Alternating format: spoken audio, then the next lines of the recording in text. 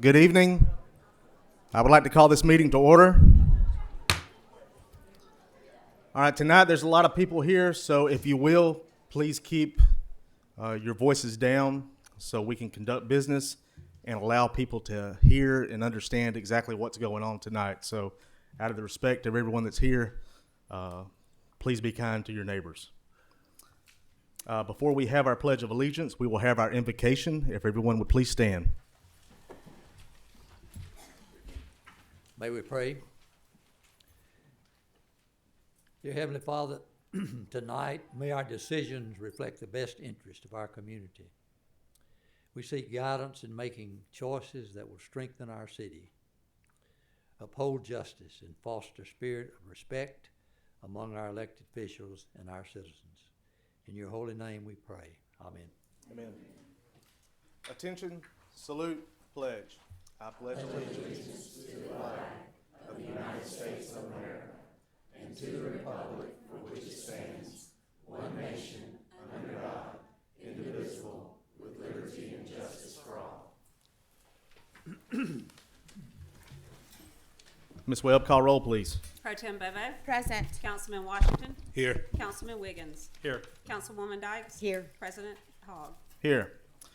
Item 5 is presentations. We have 2 items on the agenda tonight for presentations. The first is a proclamation to the Tuscaloosa County High School cheerleaders. So if you are a Tuscaloosa County High School cheerleader, if you would, please come to the front. We want to recognize you tonight. And then also, if you are a parent of one of these cheerleaders and you are in the hallway or you are in the overflow room and you want to come in for a second so you can get pictures and see your daughters receive this proclamation, please do so. We want to make sure that you all have memories when you leave here tonight with your daughters. So with that being said, Mayor Hinton, you've got a room full. I don't know where you're at right now. Okay, there you are. Okay.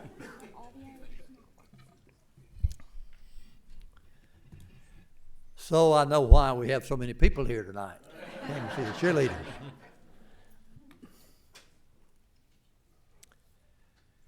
We have a proclamation for the Tuscaloosa County High School cheerleaders because they're making school history. They have made school history.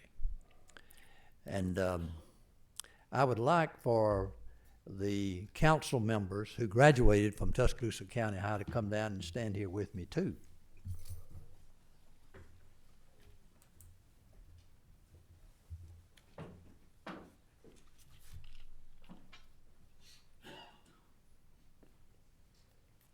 You know, our future is before us here tonight.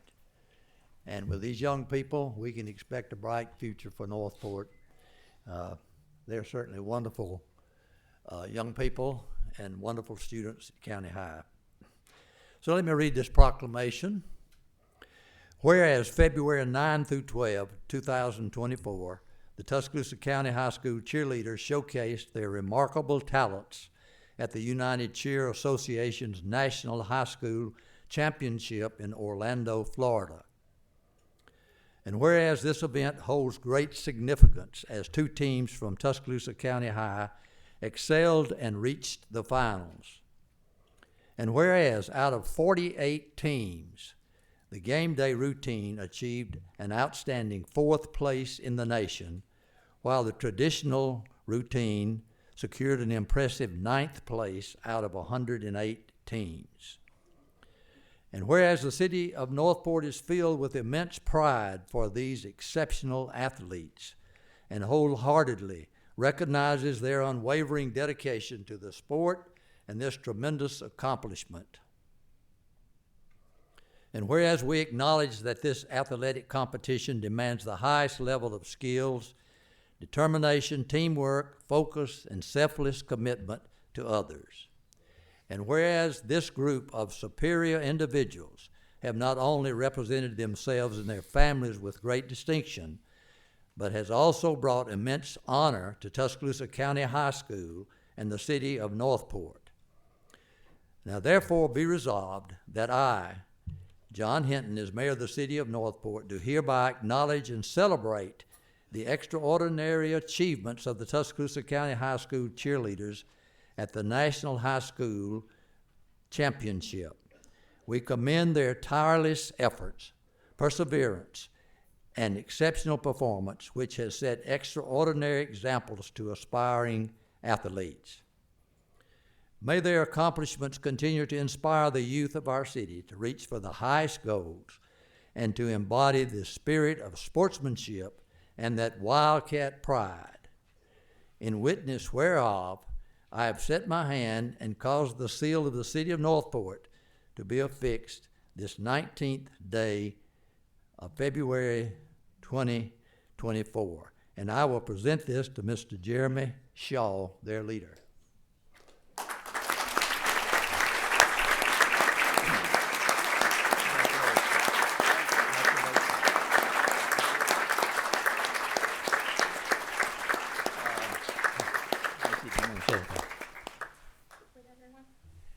Go ahead. Okay.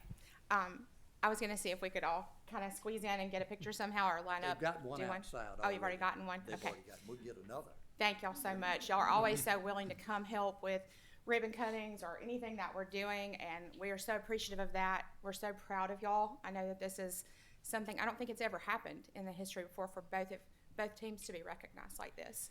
And you know, before we let you go tonight, we're gonna move out of the way. Yes.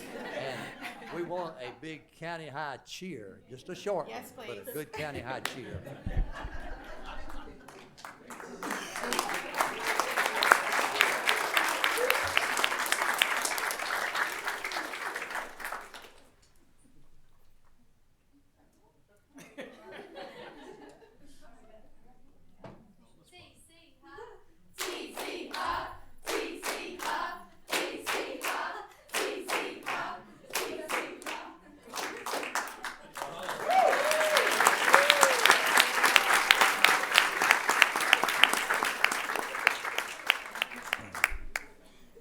Thank y'all so much for being here tonight. We really appreciate you coming and your parents Thank being y'all. here.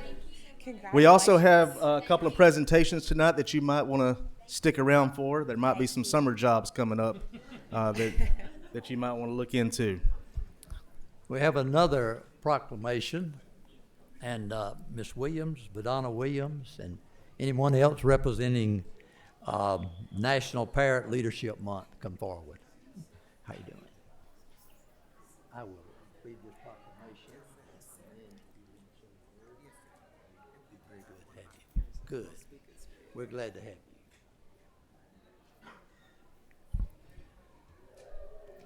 Proclamation for the National Parent Leadership Month. Whereas meaningful parent leadership occurs when parents gain the knowledge and skills necessary to function in meaningful leadership roles and present a parent voice to help shape the direction of their families, programs, and communities. Whereas parents' leadership is an essential and effective means of strengthening families and preventing child abuse and neglect. And whereas the Alabama Department of Child Abuse and Neglect Prevention / Children's Trust Fund of Alabama recognizes the vital importance of partnering with parents and assist public systems and private organizations, policymakers, and other key stakeholders to effectively implement parent leadership strategies. And whereas parent leadership is a necessary component in any effective family strengthening and family support program, and whereas parent leadership is successfully achieved when parents receive support and training and share responsibility, expertise, and leadership in the planning, implementation, oversight, and evaluation of policies, practices, and programs that affect families and communities. And whereas more parents each year are developing vital partnerships with service providers, policymakers, and key stakeholders to shape policy and practice and build stronger, safer communities for children. And whereas the power of parents speaking publicly about their experiences has made and continues to make an impact on the lives of families everywhere. And whereas the Alabama Department of Child Abuse and Neglect Prevention / Children's Trust Fund of Alabama established the state's first advisory council to help strengthen and enhance parent leadership in programs and policies that promote the prevention of child abuse and neglect. And whereas the Alabama Department of Child Abuse and Neglect Prevention / Children's Trust Fund of Alabama continues to promote parent leadership in its programs and policies that benefit families throughout the state, along with supporting public awareness, education, and training within such programs. And whereas National Parent Leadership recognizes, honors, and celebrates parents for the vital leadership role in their homes and communities and in local, state, and national and international arenas. Now therefore be resolved that I, John Hinton, as Mayor of the City of Northport, do hereby declare February 2024 as National Parent Leadership Month in the state of Alabama and recommend this observance to all of our citizens. In witness whereof, I have set my hand and caused the seal of the City of Northport to be affixed this the 19th day of February 2024. Let's give them a hand.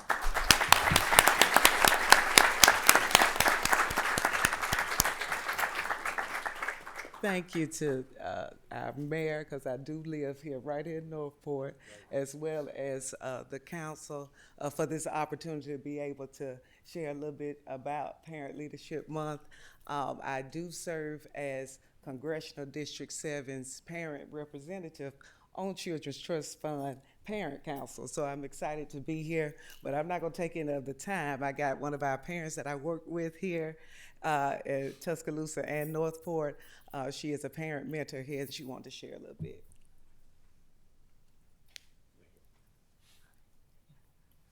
Mayor Hinton and to the council, we want to express our deepest appreciation for your support and acknowledgement of the Alabama Parent Leadership Network, Tuscaloosa Cohort, and the Children's Trust Fund.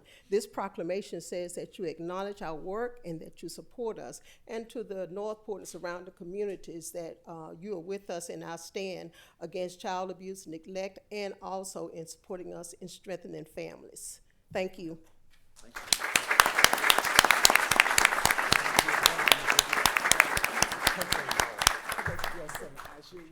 Thank you so much.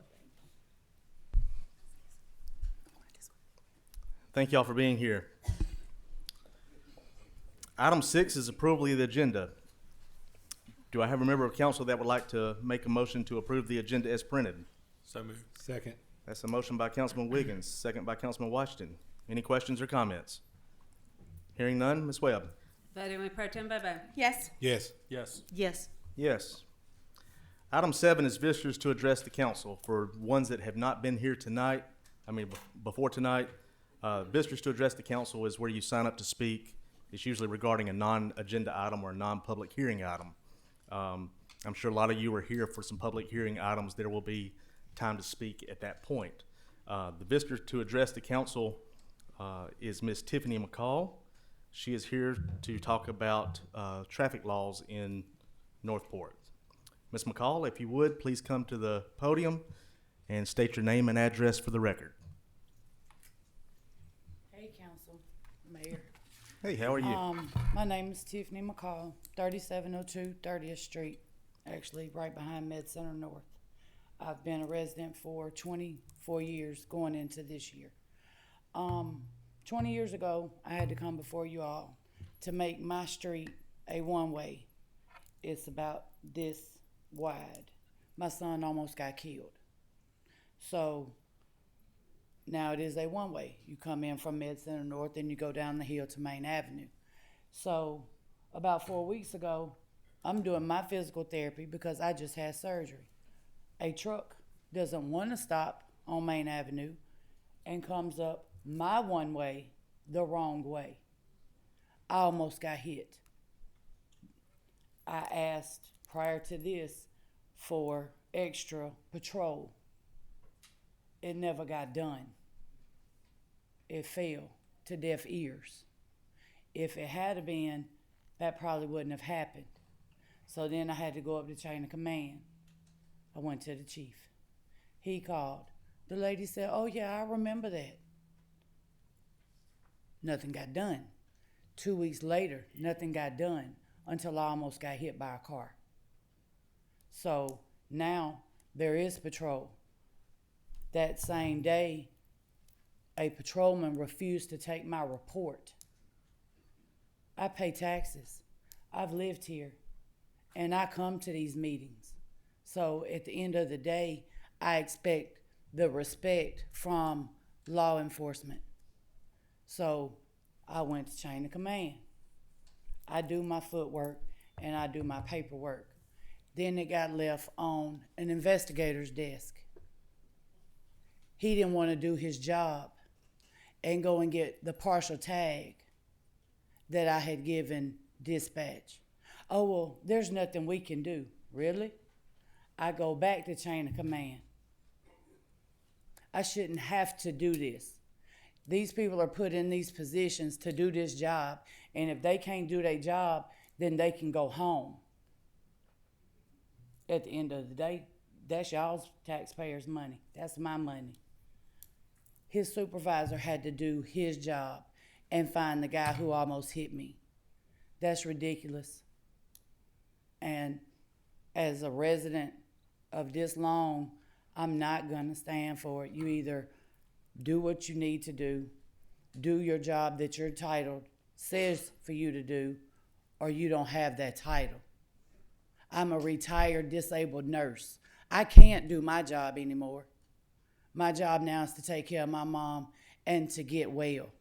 So I'm leaving it up to y'all and the chief and the rest of the higher powers to make sure that these people that y'all put in these positions either do their job or they can go home. Because I'm not going to get hit on my street. Since chief has put somebody down there for the last two and a half weeks, he's gotten plenty of tickets. And all I asked from 4 to 6, 2 little hours, because that's when traffic is the heaviest. So he has gotten tickets. It has been calmer, but that's not to say it's going to stay like that. And I know y'all don't have just a buku thing of patrolmen, but at the end of the day, the weekend's not that bad. It's just Monday through Friday. And that's all I'm asking. Do something to help me since I do live here. And that's all that's all I want y'all to help me do. I can't do it by myself. I know Chief is tired of looking at my face every day. So at the end of the day, I'm asking, for some help. And I didn't want to bring it to the council, but if that's the only way I can get somebody to listen, other than bothering the chief every day, then, that's what y'all are for, to help me. So, thank you. I appreciate it. And now we talk about the water park. We've got a lot of business to cover before then, but Ms. McCall, thank you for bringing that to the attention. I'm sure Chief Burton understands your concerns, and he is looking into this, and will address the council person for the district. Will make sure that they reach out to Chief as well, and make sure that all concerns are being met that you need. So thank you for coming. Yes, thank you. Item 8 is unfinished business. We have none. Item 9 is new business. 9B1 is a resolution authorizing water service outside of the city limits for property located at 13910 Lowry Drive. Mr. Cunningham. Yes, Mr. President. This is, all the standard conditions would apply. This is up 171, so not eligible for annexation at this time. Okay. Is there a member of council that would like to move to adopt the resolution authorizing this water service outside of the city limits to be provided for the property located at 13910 Lowry Drive pursuant to the conditions in the resolution? So moved. Second. It's a motion by Councilwoman Dykes, second by Councilman Washington. Any questions or comments? Hearing none, Ms. Webb. Comment? Uh, Could uh. you please talk, I can't hear well at all, get real close to the microphone when you make a comment, if you would. Thank you. Can you hear me, sir? Yes, I can hear you now, but it's not, Okay. See if we can turn up the volume anymore.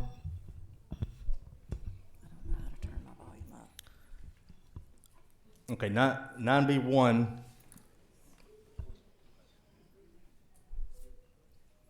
That was a motion by Councilwoman Dykes, second by Councilman Washington. Any questions or comments? Hearing none, Ms. Webb. Voting with Pro Tem Bobo. Yes? Yes. Yes. Yes. Yes. Also, Chief Marshal, could you ask the overflow room or anybody out in the hallway to try to keep the noise down a little bit that's echoing throughout the room? I want to make sure everybody here is able to hear and to know exactly what's going on. 9B2 is a resolution authorizing application for the Alabama Recycling Fund Grant through Alabama Department of Environmental Management. Ms. Tubbs. Yes, this is a no-match grant that we're applying for the Alabama Department of Environmental Management. Last year, we received this grant for $293,000. This year, looking to apply right around $300,000. Okay. Is there a member of council that would like to move to approve this application for the Recycling Fund Grant through the Alabama Department of Environmental Management? So moved. Second. It's a motion by Councilman Wiggins, second by Councilman Washington. Any questions or comments? Hearing none, Ms. Webb. Voting with Pro Tem Bobo. Yes? Yes. Yes. Yes. Yes. 9B3 is a resolution authorizing the city administrator to execute a contract with CivilCon LLC for the River Run Park at Northport Shore, site and utility package. Ms. Tubbs. Yes, this is the first phase of the sports complex that'll be located on the Black Warrior River. We received bids on Friday, and the low bidder was CivilCon at $8.7 million. And Ms. Tubbs, that was under budget, correct? Yes, sir. By a pretty Which good bit. district? And it's in District 2. I anticipated that question. All right, is there a member of council that would like to authorize the award the contract for River Run Park at Northport Shore site and utility package to CivilCon LLC? So moved. That's a motion by Councilman Washington. Is there a second? Second. Second by Councilwoman Dykes. Any questions or comments? Hearing none, Ms. Webb. Voting with Pro Tem Bobo. Yes? Yes. Yes. Yes. Yes. 9B4 is a resolution declaring a bid law exemption pursuant to the Alabama Code 41-1651B7, an authorized contract with Aqua Products Incorporated. Mr. Webb. Yes, this is for a line feed system at the water treatment plant. It's a critical component in treatment of water. Okay. Is there a member of council that would like to move to approve this resolution? So moved. Second. That's a motion by Councilman Wiggins, second by Councilman Washington. Any questions or comments? Hearing none, Ms. Webb. Voting with Pro Tem Bobo. Yes? Yes. Yes. Yes. Yes. 9B5 is a resolution authorizing the city administrator to enter into an agreement related to the security of city property. Mr. Cunningham. Yes, Mr. President. Council is aware of this security issue, and the cost to address it will be $93,810. Okay. Is there a member of council that would like to move to adopt this resolution? So moved. Second. It's a motion by Councilwoman Bobo, second by Councilman Wiggins. Any questions or comments? Hearing none, Ms. Webb. Voting with Pro Tem Bobo. Yes? Yes. Yes. Yes. Yes. 9C is our consent agenda. This ranges from minutes, bill listings, and PO requisitions. Is there a member of council that would like to move to approve the consent agenda as printed? So moved. Second. It's a motion by Councilwoman Bobo, second by Councilman Washington. Any questions or comments? Hearing none, Ms. Webb. Voting with Pro Tem Bobo. Yes? Yes. Yes. Yes. Yes. Item 10 is reports to special committees of council. If there's a member of council that would like to give an update from their respective committee. I will mention with the retail committee, Tropical Smoothie and Cookie Plug, two new businesses that will be housed in the old Changhua Chinese restaurant building, will be coming. They're currently have their permit and doing their demo work on the inside, and they look to be open by April, is what they told me. So Please welcome them when they come. Item 11 is public hearings. I do want to tell anybody that speaks tonight, and I want to make sure we understand this, please do not approach the council diocese while in session unless given special permission. We will ask you to come to the podium at that point.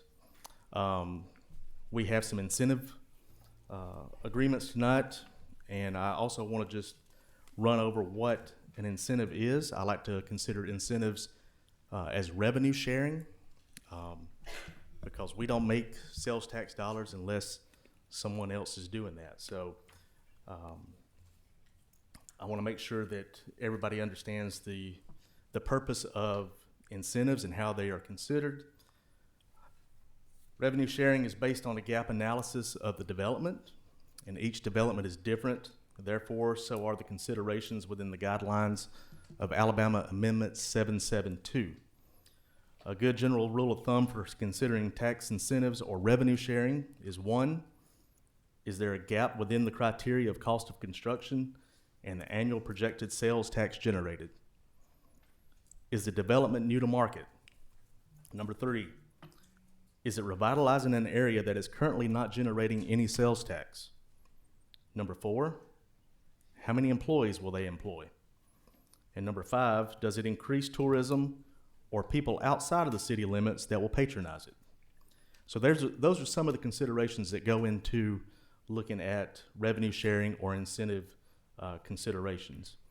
In our public hearings tonight, we will have some of those incentive considerations that we will discuss.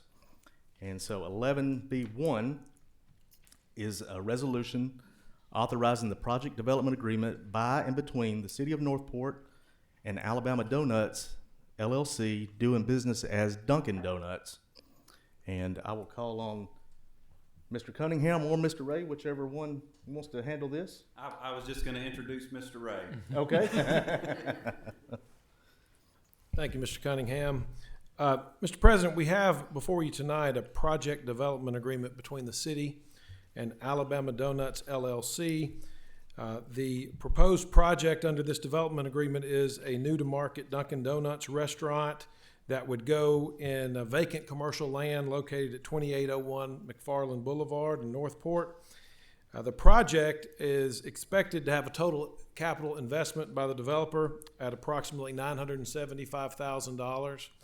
And the proposed economic incentive is a sort of standard sales tax rebate, one that the city has done in the past. Essentially, the developer does not get any money unless the developer performs, and that would be a split of 1/2 of the sales tax generated on the project up to a cap at $275,000. And so under the development agreement, the project, the term of the development agreement is for a total of 7 years, or until the point that the developer receives $275,000 in sales tax that was paid to the city at the project in return to the developer, whichever one of those comes first. So we're here tonight to hear from the taxpayers of the city of Northport on this potential project. This would be a project to be approved under Amendment 772. Amendment 772 requires certain legal requirements to be satisfied prior to the city taking action. One of those important factors is to notify the public in a newspaper published in the city, which the city has done with public notice in Tuscaloosa News, and notifying the public, I'm sure that's why everyone is here, about this potential project.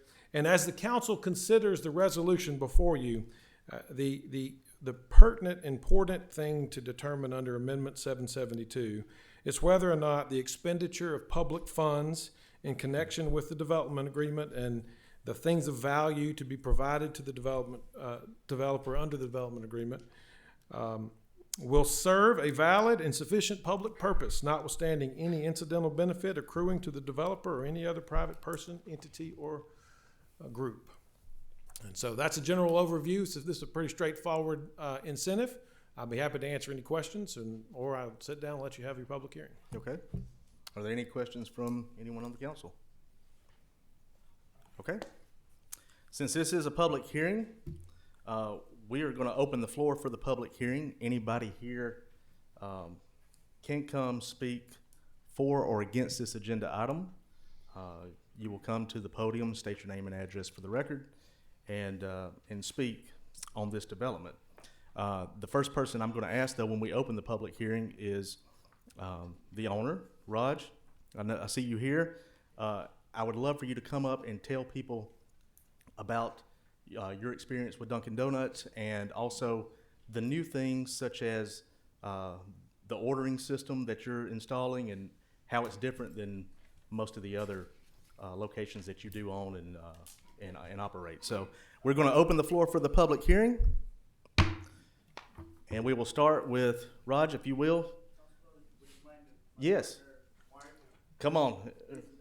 He's a better speaker. Okay. But thank you, and my name is Mark Siebert, and this is my partner Raj Dahani. We have Dunkin' Donuts in Tuscaloosa and Jasper, Alabama, and we look forward to coming to the community and being a part of what Northport is about, and we appreciate you letting us be here tonight. So we, we do have a next generation Dunkin' that I don't know if people have seen, but we remodeled our Stillman Boulevard in Tuscaloosa. That is a new next gen, so it's kind of more appealing, more inviting. We do have mobile ordering and mobile bypass, which speeds up the service part of it. And we do have it's kind of a cool palette that we offer, and kids love to work for us, and so we enjoy being in this business. We've done it for a long time. I've been in the restaurant business pretty much since I've been 15 years old, so long time, and so is Raj. And but we appreciate the opportunity and look forward to coming to the community and being a part of it. Okay. Okay, thank you. Thank you so much. I do want to say that in conversations with Raj and his group, that he has said if he could get the first one rolling in Northport and doing well, that he would love to look at a second location at some point. And one of the areas that I know we talked about, and I'm going to point it out to everybody, so I'm just letting you know, is in front of Publix at Bristol Park. So there's a lot of people up that way that I know would love to grab donuts, and kids with County High and coffee and other Can we breakfast vote on that sandwiches. tonight? So if we can get this one going, and with the new system that they're trying to put in, and it be successful, I know Raj wants to look at opening other locations in some different areas, and I know that the northern part of Northport will be very happy with that. I think y'all will do very well as well on McFarland Boulevard should this go through tonight. But if there's anyone here that would like to come speak for or against this agenda item, please come forward, state your name and address for the record. Mr. President, can I ask a quick question? Absolutely. How many jobs will this restaurant bring to the city of Northport? Normally, we'll start off with probably about 45 to 50 employees, and normally level out around 30. Okay. Thank you. For the ones that couldn't hear, he said 45 to 50 employees starting out, probably level out to about 30 overall. Depending on sales volume, but we have to employ as much as we can. Absolutely. Thank you. And that is one of the considerations for incentives is how many people you will employ. Is this new to market? We do not have any other donut shops in Northport, so that's definitely new to market. We have some criteria that in regards to that additional cost of construction for doing the new model. And also there'll be a lot of people, I think, that will patronize this from out of town as well that's traveling through our city. So is there anyone else that would like to come speak for or against this agenda item? Okay, seeing none, I'm gonna close the floor for the public hearing. All right, is there a member of council, excuse me. I do want to say one other thing. It has been asked out of respect for everyone that came out tonight from out of town, out of state, including the developers, the owners of the projects. Also our outside legal counsel, Mr. Ray, who's in town this evening as well. And as well as out of respect for all the Northport residents who have come tonight, that we owe them the courtesy to at least vote on this item instead of making them come back for a second reading. Normally we have a first reading, then we have a second reading. So tonight we are going to ask, out of respect, that we enter into what we call unanimous consent to do so.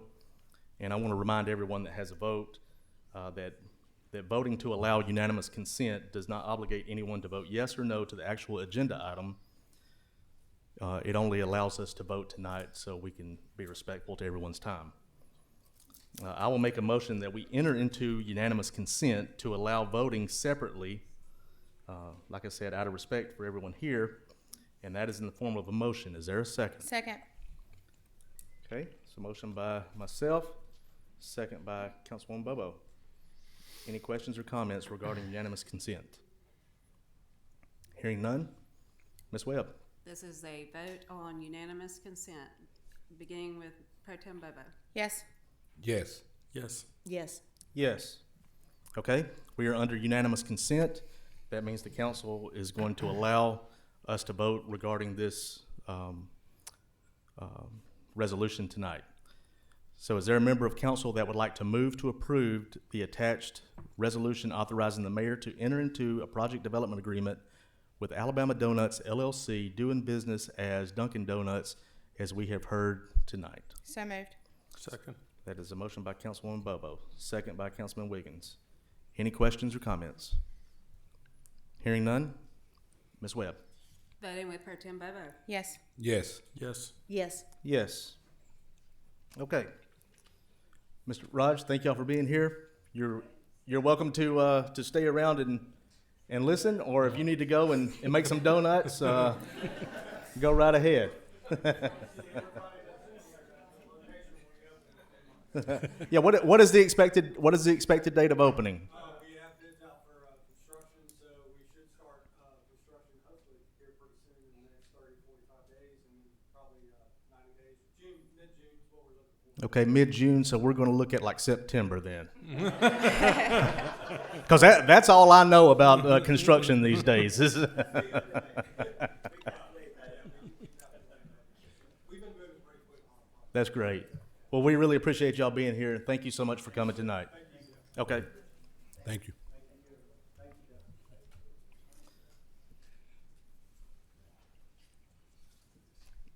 Okay. I understand a lot of you are here for the next set of agenda items. Since these items will call for a public hearing, those wishing to speak for or against these items will have a chance to do so. However, in the essence of time and duplication of concerns, we will either grant one spokesperson from each side for or against, that usually doesn't happen, for an extended period of time, or we will grant numerous speakers from each side, either for or against, for 3 minutes each, with no duplication of concerned topic. So take, for instance, if your concern is traffic, we will only hear this topic once before going to the next person for a different concern. So we're not going to sit here for 2 hours and have everybody talk about traffic. That's in the essence of time.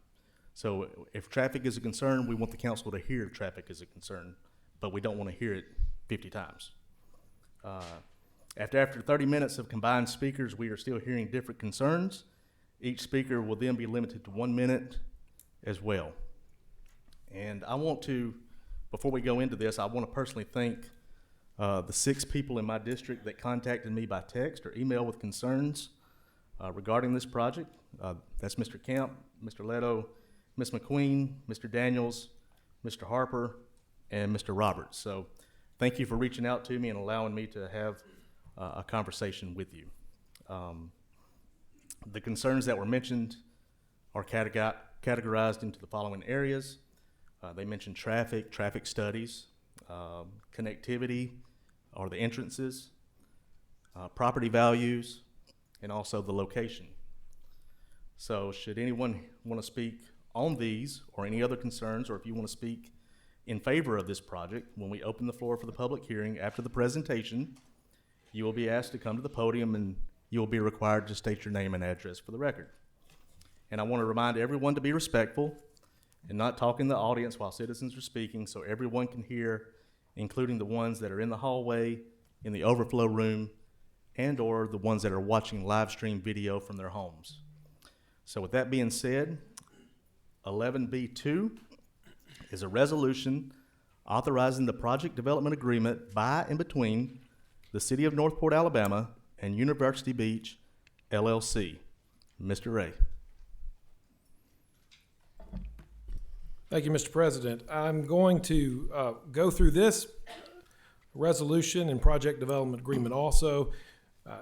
This one is certainly more involved and it has more details, so we'll go through it a little bit more detail than the other was, which is pretty straightforward. So we have before you tonight a draft project development agreement between the city and University Beach LLC. That's the developer. University Beach LLC is a Texas limited liability company. Representatives of the developer are here, and they are going to go into more detail about this potential project. I'm going to give you the overview of the project and then the economic terms, and then I'll let them go through that, and then I'll certainly be here to answer any questions for the council. So the proposed project here is a first-class mixed-use facility to be constructed in 2 or more phases that will include a water park with a lazy river, a water slide tower with at least 5 slides, a kids zone with interactive water features, and an approximately 10-acre lagoon with a sand beach, together with a beach club with at least 10,000 square feet of indoor restaurant and bar space, an outdoor concert stage, a facility with at least 12,000 square feet of outdoor seating, along with residential lots, hotels, retail space, an event center, parking, and other appropriate infrastructure. It is a big project. The project is proposed to be developed on approximately 11.73 acres that the city currently owns on 82. I think you all know where that is. In addition, the developer has acquired the right to acquire approximately 85.61 acres of other adjacent land, and collectively both the city parcel and the land to be acquired by the developer would be where this project is constructed. The developer anticipates that upon completion of the full development of the project, it will have a total capital investment of approximately $350 million. Now, Can you say that again? $350 million. Under Amendment 772, and I didn't mention this before, but I think it's important, and many of our visitors tonight may not be familiar with Amendment 772, and I think it's important to go through it. So it is an amendment to the Alabama Constitution that under which the city is authorized to among other things, to grant public funds and things of value in aid of or to any individual, firm, corporation, or other business entity, public or private, for the purpose of promoting the economic development of the city. And we have to, of course, comply with the conditions of Amendment 772, which is why we're here tonight. In conjunction with Amendment 772's requirements, we published a notice in the Tuscaloosa News providing the public a detailed description of the proposed economic incentives to be provided to the developer, and I would like to go through those at this point. So, in return for the developer's conditions and agreements under the development agreement, the city proposes to convey the city parcel to the developer. That is the 11 acres on Highway 82. Now that would be at no cost. That's under the development agreement. The deed that would convey the land to the developer would include what's called a right of reversion. That says if the developer does not build the phase 1 requirements of the project, which are set forth in the development agreement, then within 5 years of conveyance of the property, then the city can get its property back, free and clear of any liens imposed by the developer, and only subject to whatever conditions of title are there when we convey the land to the developer, if the council ultimately approves to do so. Will you say that again? All right. So you're messing me up here, I Mr. know. President. I'm just putting you on the spot. You are. So the right of reversion is a protection for the city to make sure the developers, it simply makes sure the developer does what they say they're going to do. If they don't perform and they fail to do so under the development agreement, the city would get its 11 acres back. So that's there. There are some other protections that I want to talk about too. I'll go ahead and do that. So in connection, the way the development agreement reads, in connection with the possible conveyance of the city parcel, the developer would also execute a note and a mortgage to the city for the project area. Now that would protect also the city's interest in the development. But to be sure that the city would have to agree, and in the development agreement it would agree, to subordinate that mortgage to the construction loan for the developer. In other words, the developer is going to go borrow money from other folks to build this, and banks they're going to be required to have the first note. The city has used this security mechanism previously in connection with the hotel deal, in which we were able to provide the land to the developer and contained a security interest to make sure the developer performed.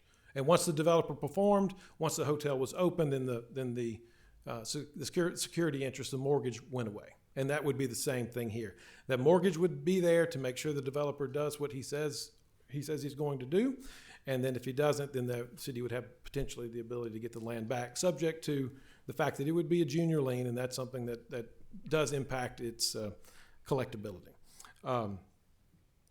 There are three main areas of potential economic incentives and proposed economic incentives under this agreement.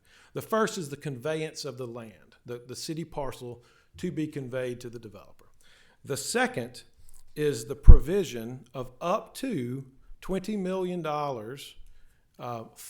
to be used to design, construct, and acquire certain qualified public improvements to be constructed in the development area. And so I want to talk a little bit more about this.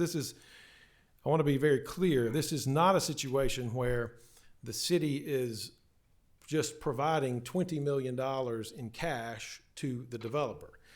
The way the development agreement reads, and it's in section 4.03 of the development agreement, this $20 million would be set aside in a city project public improvement fund. And under the development agreement, the developer would be required to build certain qualified public improvements, such as public roads, public water, and sewer improvements, and then any other public improvement that the developer and the city mutually agree should be owned and acquired by the city. Okay? And in order for us to agree to that, we have to make certain that our acquisition of the public improvement would satisfy our obligations under our warrants and bonds that were issued in connection with obtaining the money that we're using in this project. And so we have to make certain that the money that we spend qualifies as public improvements under our bond issue, and we also have to make sure they satisfy the IRS rules that govern our use of those funds. And so the way this would work is the developer would build the public improvements, let's take, for instance, the public roads or the public water and sewer improvements. The developer would build those, and then once those are built, or in conjunction with the building of that, the development agreement says that the city would reimburse the developer. The developer pays all costs and then is entitled to reimbursement from the city for 75% of the costs, up to the maximum of $20 million. And so ultimately, essentially, the city is acquiring these public improvements for 75% of what they paid to build them. Okay? And that would be public roads, public water, public items that would be public infrastructure that would become and be maintained by the city. So that's the $20 million public improvement incentive It's not just straight cash. It's an acquisition, construction, design, development process that's set forth in the development And agreement. they have to meet certain criteria. Yeah, in order and to- of course, all the public improvements have to be built in accordance with city specifications. So the city will inspect. If you don't build the road right, we don't pay for it. We don't own it. Just like you would in any other development where you've got rules and regulations for the installation of water and sewer and construction of roads, and the developer must meet all of those standard public improvement requirements, just like anyone else in the city. It's not time. It's not time for a comment yet. It's not time for a comment. It's not time for a comment yet. It is not time for a comment yet. There will be time at the meeting. This is a public hearing. Allow Mr. Ray to continue on. That's out of respect for Mr. Ray. That's out of respect for Mr. Ray. I'm not going to tell you again. I'm not going to tell you again. We are in a public meeting. Allow people to speak and to be respectful. When you're talking up here, I will make sure that everyone's being respectful to you as well. Mr. Ray, please continue. So, Mr. President, the developer, this project gets built. It will generate, it's expected to generate sales tax, and it's expected to generate lodging tax. As I mentioned, there's a potential, a planned hotel to come in phase 2 of the project. I can talk in the dark, it's okay. Somebody standing on the lights. All right, there we go.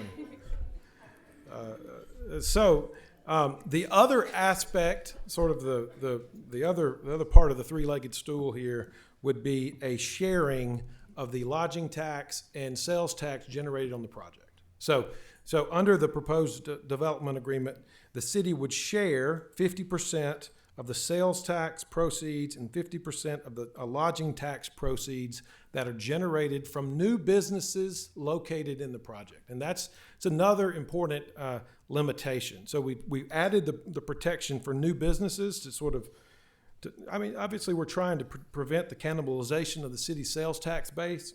And under the development agreement, a new business is a retail, restaurant, hotel, or other service enterprise that has not had a physical place of business in the city within 36 months of locating there. So new to market, basically. Yes, that's Okay. right. So that's the idea. It'd be a new to market business that would locate, and then if that's the case, that new to market business would be subject, the sales tax and the lodging tax would be subject to a rebate of 50%. Now, the total potential incentive over the course of the term of this agreement, the term of this agreement is for 30 years. So it is a longer term than the others. The total potential incentive would be $61,058,171. And basically what that means is that's revenue sharing. $61 million would be half that we would receive, half of what the developer would see over a 30-year term. So, Yes. Well, it also includes the value of the city land, and it includes the $20 million public correct. Infrastructure acquisition. So it would be somewhere more along the lines In the of 40. 40 million in sales and lodging tax, which would mean the city has acquired the roughly $40 million at the same time. Yeah, it's a 50-50 split immediately. There is no provision where the developer gets all the money up front, all the sales tax money. It's Right. a 50-50 split from the beginning. It has to perform. Yes. Now, in return for the incentives and all the obligations set forth in the development agreement, the developer agrees to operate the water park that I mentioned before, and that I know the developer is going to talk more about. That is one aspect of the whole project. But the developer agrees to keep the water park in operation for the term of the agreement. Now, the developer has the ability to shut it down temporarily for repairs or for other force majeure events as defined in the agreement, but the developer would have an obligation to keep the water park in operation for the term. Again, we have provided public notice. It obviously worked, and everyone is here. So that's good. That's what we want. Well, good involvement. Mr. Ray, you yes, ma'am. stated that the developer will manage and operate the water park. Yes. Are you speaking of the whole complex? Are you referring to that as a water park, or just the water park, little park itself? Yes. So yeah, it's broken up into several different parts, and so Right. the water park is specifically set forth as the 1,400 linear feet of a lazy river, 5 slides, sand beach, that aspect. Then there's a beach club, but the water park operation, when I say they're going to keep the water park in operation, I'm just talking about the water park. Okay, what about the rest of it? Who's going to The operate? developer Okay, certainly, okay. the developer certainly has, I mean, it's going to be the developer's project. The developer will have every incentive to operate it, but the obligation is to keep the water park in operation. Okay. We've not gone forward to say, I mean, essentially the developer has come forward and said, we'll do the water park, but we also want to do all these other things. Okay. And so the city, I know the city certainly has been a lot of talk about a water park in the community. And so we wanted to make clear that the developer would continue that obligation specifically. Okay. But as far as the beach club or the hotels, those are all a little bit more up to the developer and how the developer performs. And I think Mr. Ray has just given us the legal wording in our notice, and I believe the developers will go through a lot of that stuff in their presentation, and then after the presentation, the council will have an opportunity to ask those specific questions of the developer, and if we need to go back to the legal yeah, I mean, but it's a good question. It's a big project, very good question. and it's got a lot of moving parts, and Yep. so. But yes, when I say the obligation is to operate the water park, I'm speaking only about the specific water park.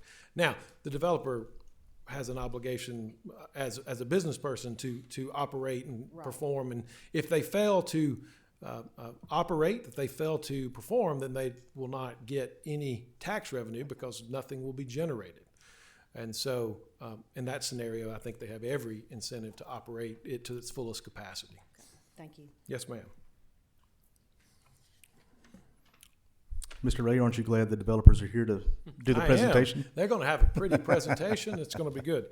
One thing I wanted to mention, Mr. Davis, of course, I know he's listening. I think he came down with the flu. That's what I heard.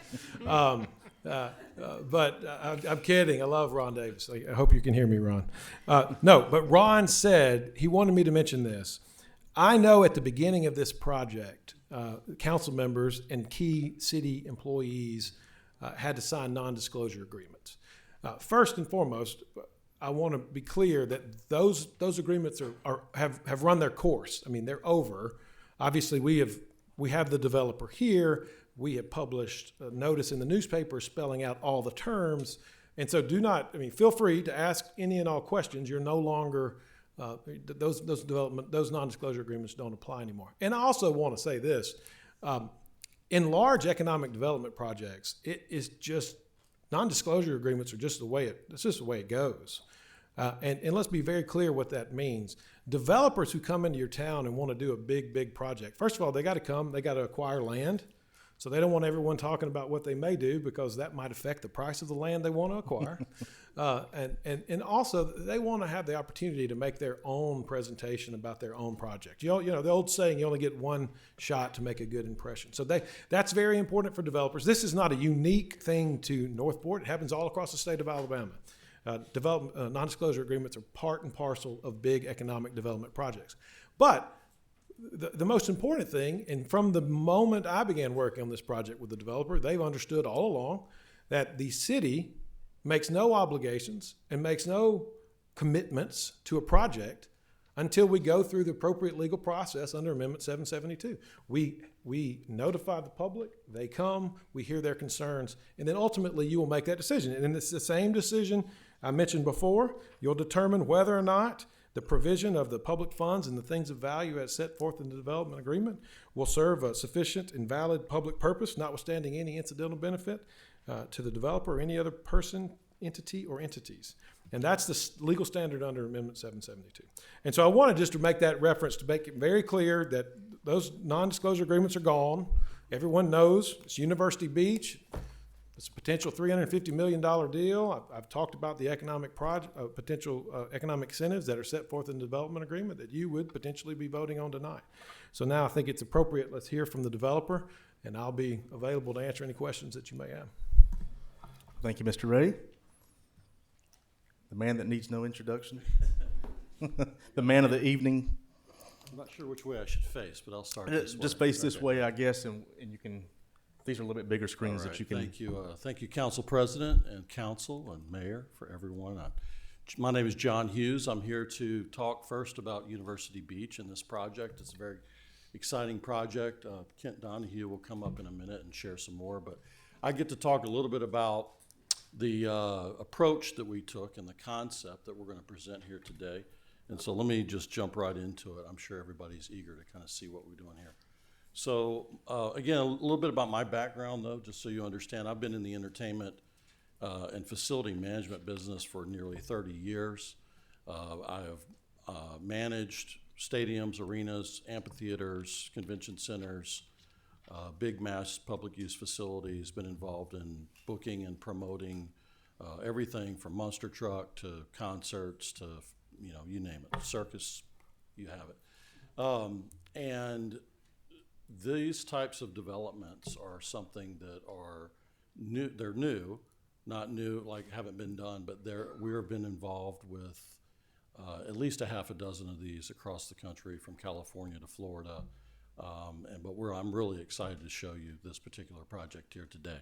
So without further ado, let me turn this thing on. I want to make sure with our IT department, can everyone hear? Can everybody hear me? Just want to make sure that no one's missing anything on this. Okay, first of all, this presentation. first slide, I probably really don't even need to show you this slide. I think everybody knows where the site is located at, but we believe that there's an untapped opportunity here for Northport to tap into a fantastic location, obviously minutes from downtowns, the university, colleges, and also to provide some hometown destination entertainment dining, but also some regional state tourism destination type opportunities. This is the site plan for University Beach. So what you're going to notice first is coming off McFarland Boulevard, there is a main boulevard entrance that serves as your sort of arrival sequence into the property and into the project. There is some outlying retail out closer to the main, to McFarland Boulevard. But as you come along into the area, there is a hotel off to the right-hand side there, which would be in another phase. The area that you see to the left is what we call the Beach Club. As you drive on through that boulevard area, you'll have an event center, the boutique-type hotel, retail boardwalk, dining and shopping, all open to the public. Around on the northern side are 64 residential beach homes. And then as you come on around to the other side, you've got another public retail boardwalk area. And then back down around to the south side is sort of more of the water park zone. One thing I do want to clarify a minute ago, and I understand the legal reading of what we were talking about as far as Beach Club goes and your question. The Beach Club in our mind is actually, or I'm sorry, the water park. The water park is the Beach Club.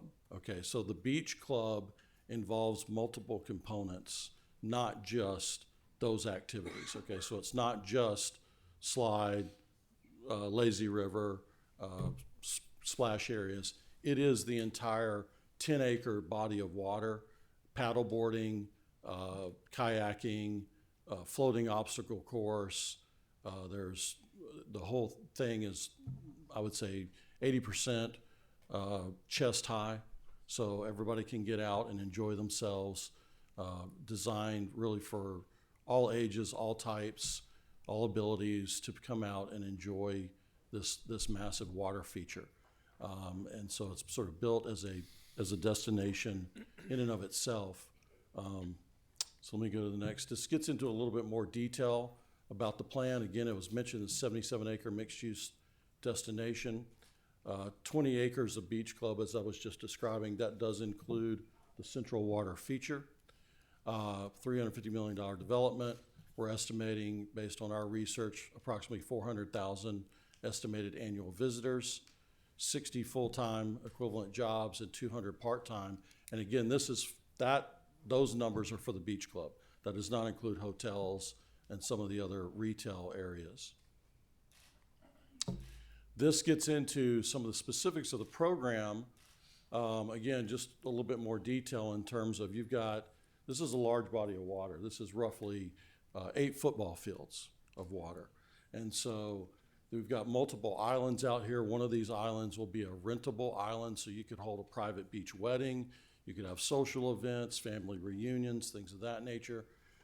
There's all types of other rentable spaces within the site, all types of opportunities for F&B, multiple restaurants, wait service, cabanas, palapas, lounge chairs, really taking the idea of bringing the beach experience, but in a safe, clean environment with all the perks and amenities that people look for these days of having things, brought to them, et cetera.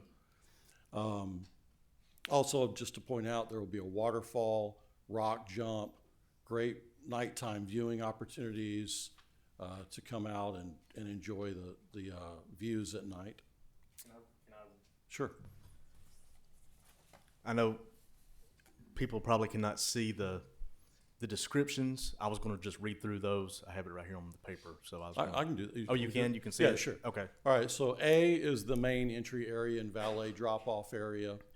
If you'll see that down in the lower right-hand corner. B is a restaurant and retail area. C, it's not shown properly on this map, but that's actually indoor pickleball that will be part of that restaurant and sports bar. So we'll have some indoor pickleball opportunity. With that, we'll be able to have tournaments, exhibitions, as well as lessons and just regular play. The next on there is the Stage House, D. This Stage House is designed to hold national touring acts.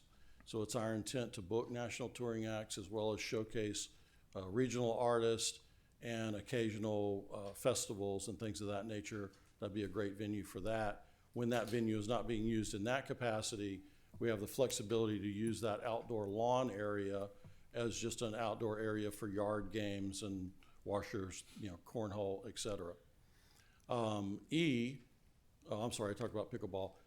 F, on the opposite side of that is a surf experience. And so that you'll be able to learn to surf. We'll bring in pro surfers, surf exhibitions, surf competitions, et cetera, and just to be great people watching. For those that like that, right? The G is a lounge swim-up bar area. You'll see that just kind of a little bit on the lower bottom area of the big body of water there. That is designed really more to be more of a adult type experience. There's a swim-up bar opportunity there. It's really more about water lounging, et cetera. H is beach volleyball court, so there's opportunity to play beach volleyball. Same thing, we will likely have opportunities for tournaments and other things of that nature. I mentioned the islands, the waterfalls, rock jump, sand beaches all the way around. This will be white, pristine sand that'll be brought in for this. You really will get the feeling that you're being transported to a Caribbean island somewhere. Lazy River, this is about 1,400 linear feet, which is a lot. Lazy River, it's got cabanas and other opportunities, interactive water features and stuff throughout that. Slide towers for those adrenaline junkies and the kids that love to do that. Interactive water play area. You've probably seen those water features that dump water. A lot of interactivity with kids and families, cabanas surrounding that so that families can stay together in a zone. Again, multiple food and beverage options throughout, alternate entry and exit on that side. So for those guests that really more of that appeals to them, or they have younger children, That makes it more convenient for them to park and enter on the opposite side instead of coming in on the main side and having to walk all the way across. Kayak and stand-up paddleboard launches in multiple locations. Again, we'll have yoga classes, we'll have other races, activities, things of that nature. Floating obstacle course, I'm sure a lot of you have seen some of those. Those are great for. Sort of like the TV show Wipeout. Correct. Yes. That's exactly right, yeah. But that's always fun. And then the last one is the islands, which I mentioned earlier, so. Thanks for going over Yeah, those. sure. This is really just to give you some lifestyle shots. These are, this upper left corner is actually a lagoon that I was involved in Houston. That's actually a 12-acre body of water where you see the two girls kayaking. But this just generally gives you an idea of the feel and aesthetic. This will be, again, not your normal water park. This really is more of a resort style atmosphere, finish, etc. Food and beverage offerings, what have you. We will have a rock jump that actually was done by the aquatic engineering group that we will likely use on this project. That is Baja Mar, if any of y'all are familiar with that. Again, beach weddings, relaxation, surfing, fire pits at night, live entertainment, boardwalk, which is represented in the upper left corner, so waterfront dining. Again, just good people watching and relaxing. Last is really, this kind of more focuses on the water park element. Accessibility is a very important thing to us. Again, I mentioned earlier, fun for all ages, all abilities. And so we'll have many options in both the water park and on the beach for accessibility. And those are some special wheelchairs there that. Yeah, those are special water wheelchairs, and they actually make special ones for beach as well. And we'll have those also. That's great. This is University Beach. This is the aerial of University Beach. Can you give us an idea of where we're at? Where's McFarland? This view, McFarland would be off to the left of the screen here. So that main promenade drive that I described earlier. So McFarland's coming off to the left. Just off to the screen is the second hotel. As you drive here, that drop off, that first building you see on the left-hand side is. So McFarland is up in the top left corner, basically. No, McFarland is on the left side. Yes. Well, yeah, I'm Top- sorry. top yeah, left, yeah. I can see You see McFarland. it there, but it Yep. comes down, so where the entry is further down. Okay. Correct. Yeah, that's right. The big building in the back would be The Tractor Supply. Tractor Supply and Big Supply. Lots, and I see Correct. the water slide right behind it. Correct. Which building is the concert area? Concert Stage House, I wish this had a pointer, does it have one? Concert Stage House, you see the green lawn and sort of the shade awning that Yes. covers it? That's the Concert Stage House. Be very close to McFarland. Yeah, right. So from a noise standpoint, it's actually facing more north, more direct towards the townhomes, et cetera. Obviously, there'll be some sound buffering and things that way, so it's not facing across over to the other adjacent neighborhoods, Right. right? There's a plaza promenade area that you see some of these water features down there as you're on the drive there. So there'll be all types of tailgating opportunities, free events, food trucks. You'll see some of that down the lower corner of the picture there. But that retail plaza area, again, multiple shopping, dining type experiences open up to a boardwalk. That boardwalk overlooks the water. That's the event center here down on the bottom that has the multiple glass windows on the top. There's indoor and outdoor spaces there. We'll also have a water taxi, which would take you to the event island, if that's part of your experience there. And then to the far right is the Boutique Hotel. Boutique Hotel has a private resort beach for hotel guests. Also 3-meal dining restaurant and a rooftop restaurant as well. And then around further are the townhome residential side, beach homes. Beach home residents have their own private beach as well, private amenities, and a private bar and grill for residents. And on the far side, again, there's another public boardwalk area for more dining and more just enjoyment of the water. And then you have the attraction, the beach club water park component there. So that gives you a good overview of, and stylistically, what we're looking for to go for. These are just some close-up shots. Here's a shot view directly onto the stage facility. And again, this gives you a better idea of sort of what that pool zone would look like. This is a big two-story palapa, swim-up bar underneath that palapa. That palapa would also be rentable for again, birthday parties, private events, etc. The building to the left that has the University Beach logo on it, that's a restaurant, which is connected to the indoor pickleball. That's the sports bar area. To the right, that's more of the beach club, entry building, dining, etc. And then the surf experience is off to the right-hand side of that.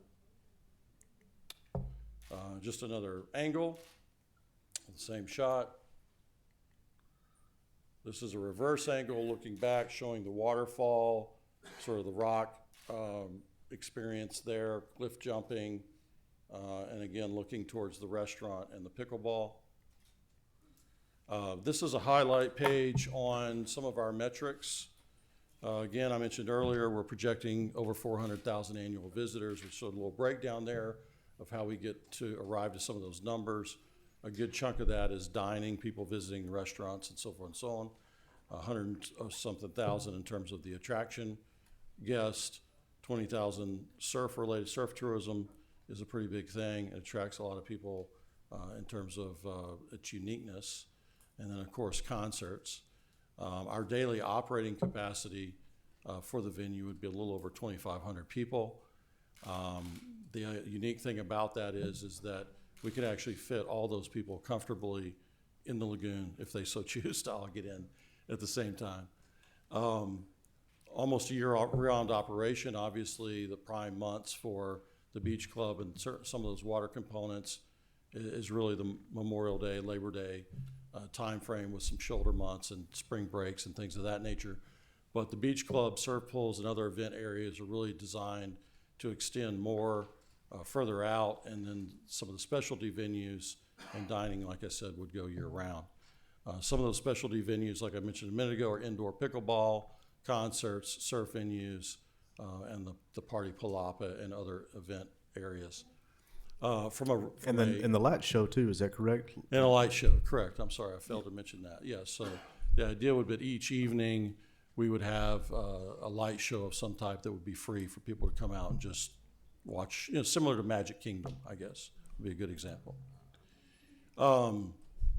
Entry fee, our numbers are based off of $30 to $35, and let me clarify that. I mean, that includes kids and seniors as well as just your standard adult admission. Back in 2017, IAPA, which is sort of the industry standard for water park reporting and the Association for Water Parks, 2017, the average water park entry fee was $30. So we think it's going to be a tremendous value for families, family friendly. We want to encourage all families, and on top of that, we'll have Northport resident discount programs, we'll have school field trip programs. Can you say that again? Discount programs for all Northport residents, school field trips, church groups, classes, competitions, corporate team building opportunities, and then community-wide holiday events. So as an example, come Christmas time, we'll trick the whole thing out, with Christmas-themed lighting and decorations, and let people come through, and sort of like a walk a tree experience, right? But with water. So, and on that note, I'm going to turn it over to Mr. Kent Donahue to go through the rest. Thank you, John.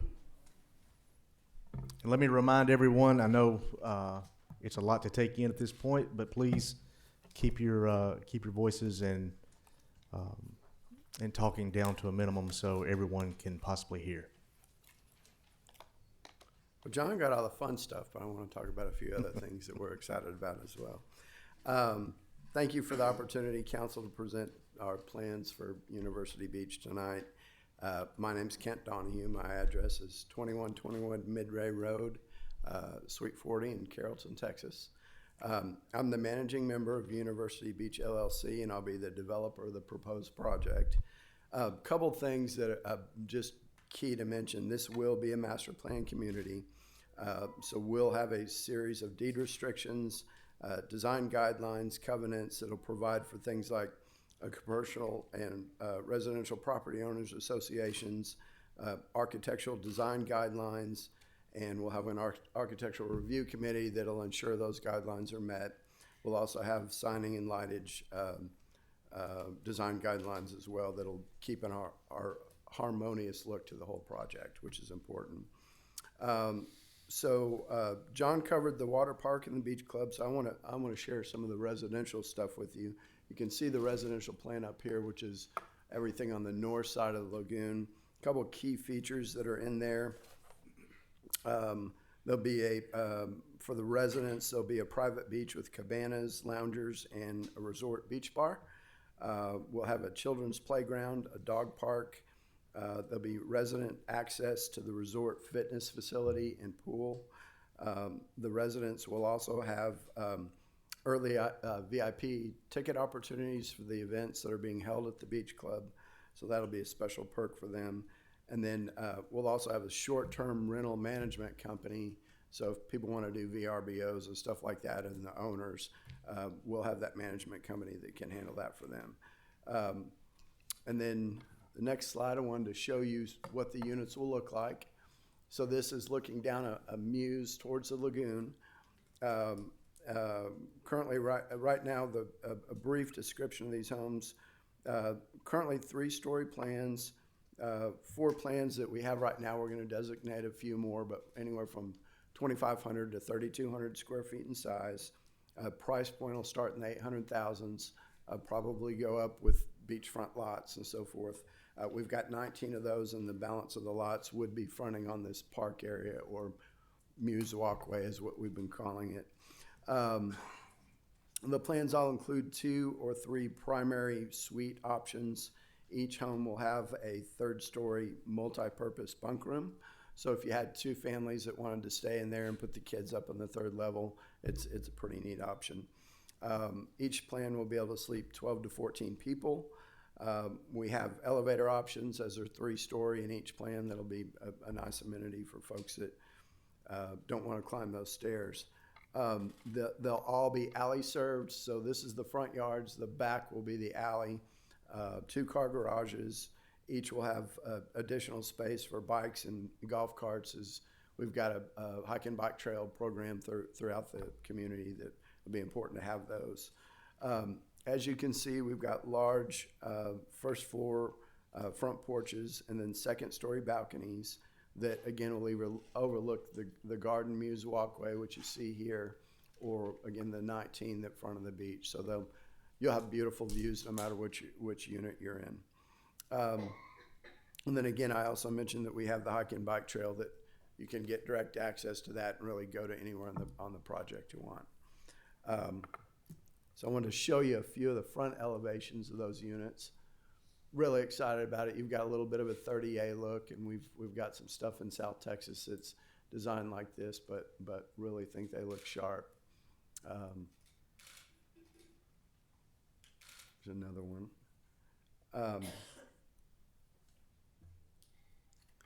So then this next slide really gets into all the land use descriptions of the entire site.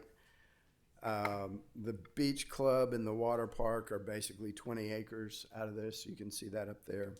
The hotel and event center take up about 5.5 acres. The residential units are about 14 acres. And then the 12 acres up along the freeway the city already owns will be more retail, restaurants, and probably a 2nd hotel. And then, of course, the water feature in the beach is about 12 acres out of that, too. Then the net is the right of way and public open space and roads and so on and so forth. This is the phasing plan. Phase 1 includes everything you see in white. It's all the amenities. It's the Once again, McFarland Boulevard is at the south of the yeah. So the bottom portion of the that'll map. be the main point of access. We'll have a connectivity all the way over to Harper on the north side. That'll create the looped water system and then the fire access that they need 2 points of access for. So we'll build the 10-acre water feature, the water park, the beach club, really all the amenities that we're so excited about will be complete in phase 1. We'll have the 64 beach home lots as well, and then all the associated parking that will need to go with each of those. And then this, I know, sorry, it's a little bit hard to see, but this really gets into some of the stuff that John had brought up that I thought was important to kind of key in on. So here's some specific items that are called for in the development agreement that we've got before you tonight. Our obligations are to build the mixed-use community with a total capitalization of $350 million upon completion of all the improvements. Phase 1, we've got from the date, if we were able to sign a development agreement today, we've got 10 months to submit all the phase 1 construction plans. And then from once those plans are approved and we've got building permits, we've got 30 months to build everything and have it open for business, which would include phase 1. John mentioned this already, but it's a key to really describe how well the staff did in making sure they're looking out for the city. Any money that the city invests, there's a lien on our property that would secure that cash that they put in. And it's really a system where it's not a lump sum. It's as we build the improvements and we can draw down that money. So it's not something where there's 20 million, it can just disappear and we're out of luck. So that was a good way to do it. And then also the reversion provision, because of the 12 acres being contributed to the district. For some reason, there would be an event of default on the developer, the property goes back to the city. So we wanted to provide those safeguards and comfort to you guys that we were indeed going to get this done. Now, phase 1, I want to speak to some of the requirements in phase 1 because that's the first thing that's going to get built. And I think staff did a great job of making sure everything that's included in phase 1 was spelled out in the development agreement. So the first thing is our water park with our 10-acre open body of water attraction. We agreed to 1,400 linear feet of lazy river, a kids zone with interactive water features, accessibility areas for disabled guests, slide tower again with a minimum of 10 slides. We'll have a sand beach with cabanas, lounge 5 seating. slides. What's that? 5 slides. 5 slides, yes, sir. You said 10. I wanted to make sure. Oh, I did? Yeah, Okay, make sure I'm you're sorry. on record for the correct. Yeah. I don't have my correct glasses legal, on, so sorry. legal term there. Yeah, so five Because slides. I will hold you to 10 slides if that's the I case. know you will. That's why I'm glad you corrected it. So we'll have, again, a white sand beach with cabanas, lounge seating, lots of neat areas on the beach. That's going to be a really fun spot. And then we're agreeing to resort-style landscaping and hardscape, so it'll be a high-class facility. Hey, can you speak on that landscape and hardscape? Because everybody sees the pictures with the palm trees and it looks very Caribbean. Yeah, that's so the landscaping and hardscaping. So That's they're what going to we're have do. You the know, palm trees. The and palm all the- trees are there's certain species that Correct. will work here. That'll work here, but, yeah. But there's some that won't. But there's going to be palm trees. I mean, you got a beach, you got to have palm trees. That's right. Yeah, yeah. So and then restrooms, changing facilities, and multiple food and beverage options are all part of the water park. Excuse me. We also agreed to the 10,000 square foot, or the beach club, which it includes 10,000 square feet of indoor and restaurant and bar space, 12,000 square feet of outdoor seating facilities that'll really bleed in from the bar activities, and then an outdoor concert venue. So the game plan here is there's always going to be something live entertainment going on, and you'll have a beach garden type setting that people can watch it from. So I think that'll be really neat in a beach setting. Other parts of the beach club include the concert stage, rentable indoor-outdoor event spaces, again, the sand beach and cabanas with lounge seating, and then again, back to the resort-style landscape and hardscape. It needs to be consistent throughout. Obviously, phase one, we got to have it parked, so that's another obligation for us, is to make sure there's plenty of parking for all these really neat attractions that we're building. And then we also agreed to do all the streets and infrastructure, utilities and so forth, to develop the entire 77-acre site, so that as additional uses come online, we've got the infrastructure there to just plug and play and build them. And then the last thing is we did agree to a minimum number of 45 single-family home sites. We're doing more. We're doing 64, and I think we've got a little room to increase that density, but y'all saw the residential stuff, so that's pretty cool. Phase two, part of the agreement, we've agreed to do a destination hotel with at least 130 rooms, public spaces available for rent, and a three-meal restaurant with bar. It needs to be managed by a qualified hotel operator that the city has a shot at approving. And then the overall quality has to be consistent with that of a upscale destination resort hotel. So, and that's what we plan on delivering, but wanted to make sure that was covered in the agreement. Last on phase two is an event center. We've got at least 10,000 square feet planned and some outdoor meeting space. It'll be up on the water, so that'll be just a really unique opportunity for events. I think we'll probably bump it up to 15,000 square feet once the market study is complete and so forth. But we're also going to have an event island actually out in the lagoon, so you can shuttle people out there and have a wedding or party out in the middle of the lagoon on an island itself, which will be really fun, and I think we'll get quite a bit of use. I think the only event center that we have in Tuscaloosa County is the Tuscaloosa River Market, I believe, and it's probably that's neat. Probably 7,500 square foot, maybe. I'm guessing. Yeah, so I think we'll double that, and then with all the event space outside, it'll be triple that. Right. Yeah. So. Yeah, you chastised us. Now, I have the gavel, and I am an elected official, and this is our meeting. This is a council meeting. When it comes to a public involvement hearing, you will have your opportunity to speak. So that's our obligations in the agreement. We're asking you for a few things as well. That would be for you to provide the creation of a cooperative improvement district. That district would retain 50% of the hot tax generated from within the district itself for a period of 30 years. It would do the sales tax, same thing. Anything generated within the district for 30 years, the district would retain 50% of that. Northport would contribute $20 million towards the development of qualified public improvements. Again, back to the safety measures built in that. It's as you go. It's not a lump sum. So if we don't build it, we don't get that money. And it's really set up so that we pay for it and y'all reimburse us. So there's a huge safety net in my mind related to that.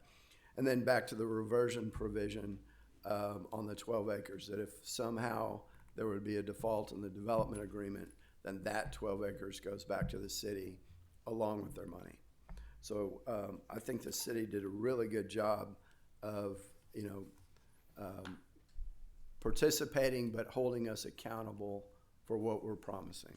So I think, staff and the attorneys just really were looking out for the city when there was 8 attorneys working on this deal. Yeah. So we had a few, it was looked at by so many different. And that bill's not fun, but we had to do it right. And I understand the city's perspective of we've got an ambitious plan, and everybody needs to make sure that it's going to get built. So those provisions ensure that we're going to follow through with what we tell you.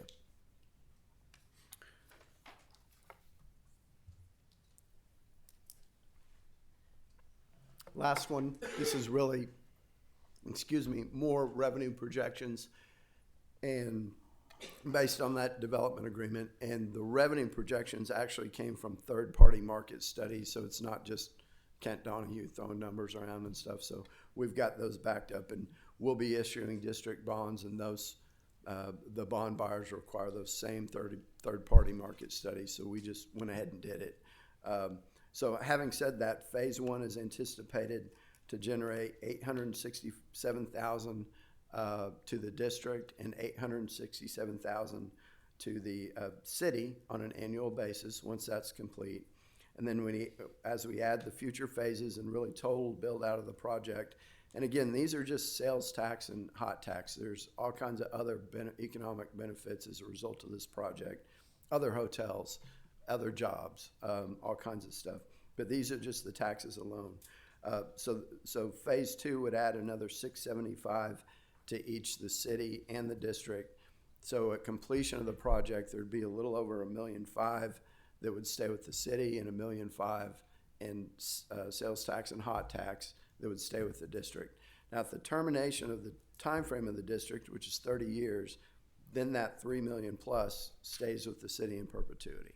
So really think it's a neat deal, structure-wise, holds us accountable, yet provides us the incentives to be able to justify building a lot of the things that you see here. If we didn't have those incentives, there's no way the economics would work to do this. So I think it's a win-win for everybody, and it kind of takes the concept you guys have of a water park, have that as part of the deal, but include it to be so much more. And what I hope is iconic for Northport and really Alabama as a state, that it'll be a must-see that everyone will want to come visit. So thank you for listening to me. Want to tell you all that I've enjoyed working with you. Staff's been wonderful.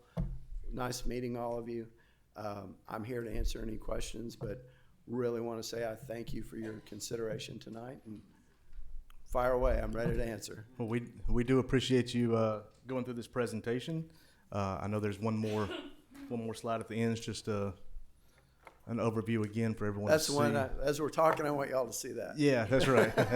But I do want to mention that, like you said in your closing, is the city has already committed to building a water park. So regardless, a water park will be built.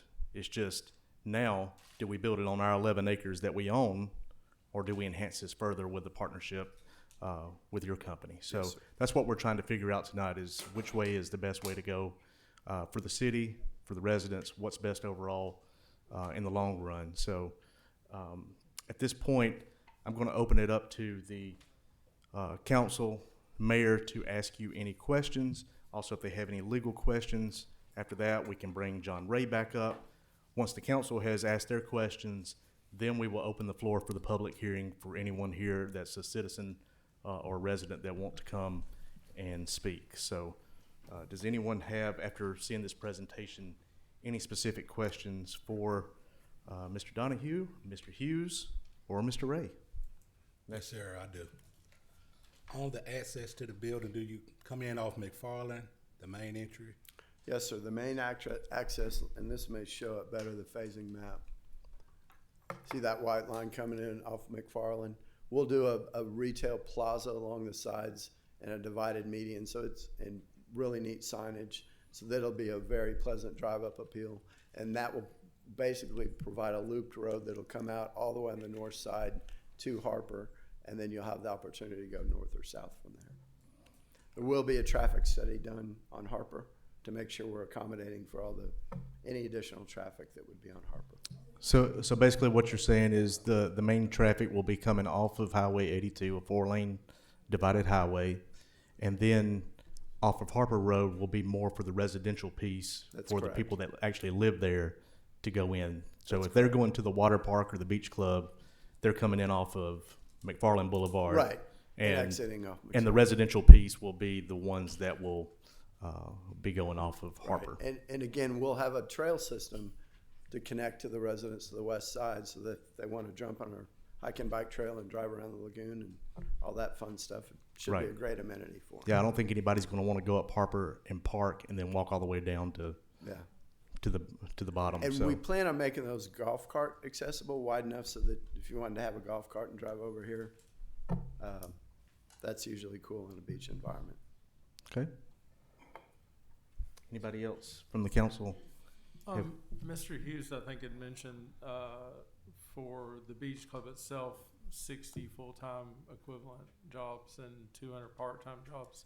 Do you know, assuming the whole development is done, do you have an estimate of the number of jobs? You know, I'm not prepared to give you a number, but I can email it to you because we did a full market study from HVS. And HVS is the go-to in hospitality with projections and so forth. So I'm sure happy to get that to you. And the other question, you answered a lot of the questions I had, but do you know what the estimated annual operational cost of the beach club part would be, roughly? We have gross revenue of about 21 million and net revenue of about 6, so 15 million. Okay. Other thing I want to point out that I've mentioned early, but there's a lot of common areas in here. So there will be a property owners association that will have annual assessments. We'll have a budget set out before we sell any homes or any real estate to any third parties, so they'll know what their anticipated assessment dues are going to be from then on out. So on the residential, we're hoping those dues are $350 to $400 a month. We're still working on that, but I think the majority of the common area maintenance will need to be subsidized by the commercial property as they're taking advantage of most of the amenity. Okay. Can you speak a little more to the buffers that you guys are planning to add in the surrounding or especially in the concert area?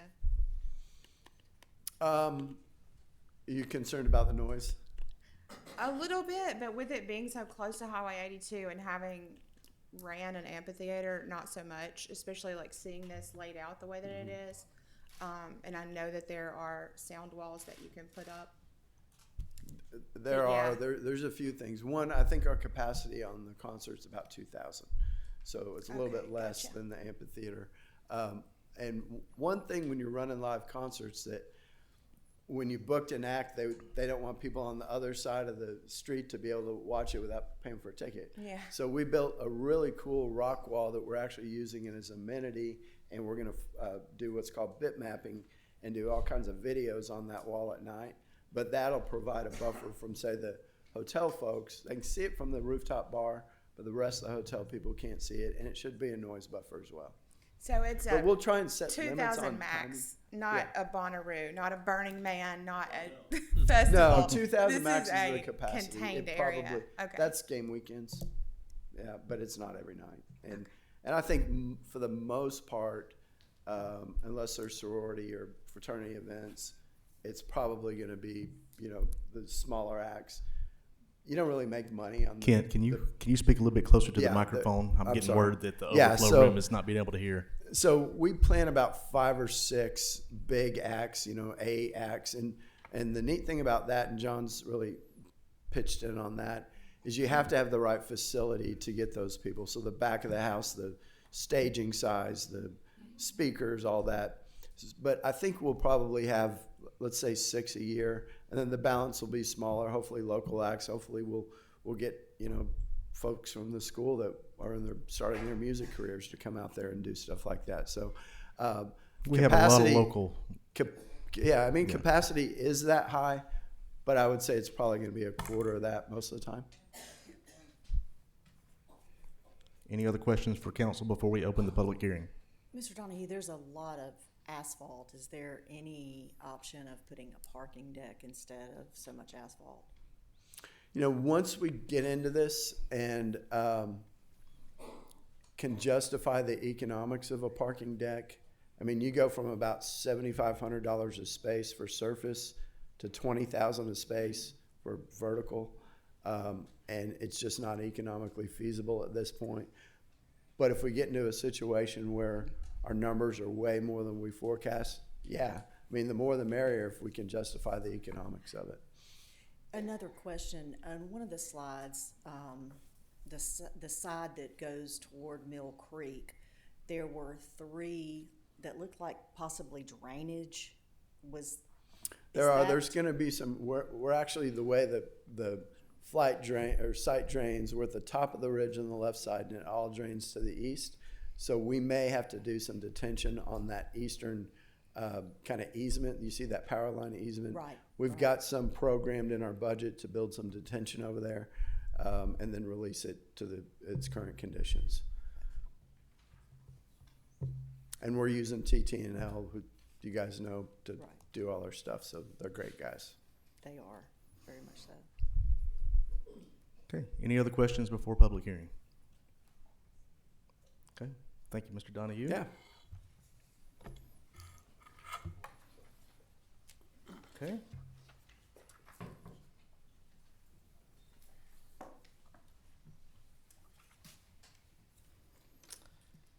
At this time, once again, I will go back over public hearing. We will allow each person to address their concern. We will only listen to a concern one time.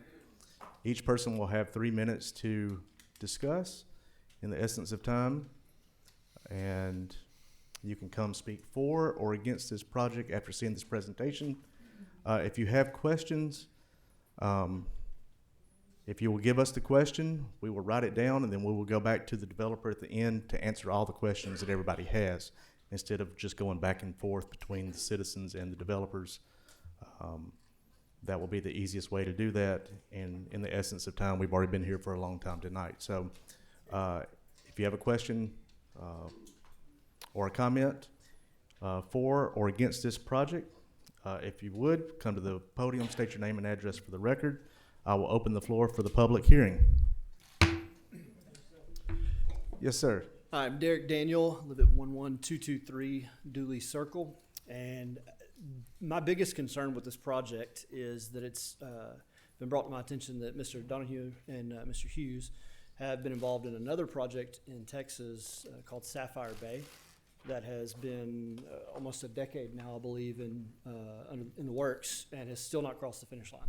So my question is, what happens when that happens in Northport, and now the taxpayers and the citizens are stuck with a property that's halfway developed that we can't do anything with, while they have to give us our 11 acres back? What other recourse do we have on that? You know, I think a lot of people are in favor of a water park. I think that this is probably not the right plan, and maybe not the right developers too. So that's kind of my question for you, Mr. President. What recourse do we have if another Sapphire Bay happens here in Northport? Okay, thank you, Mr. Daniel.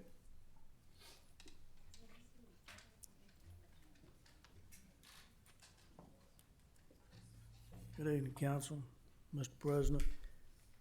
Bart A. Harper, 4035 Harper Road.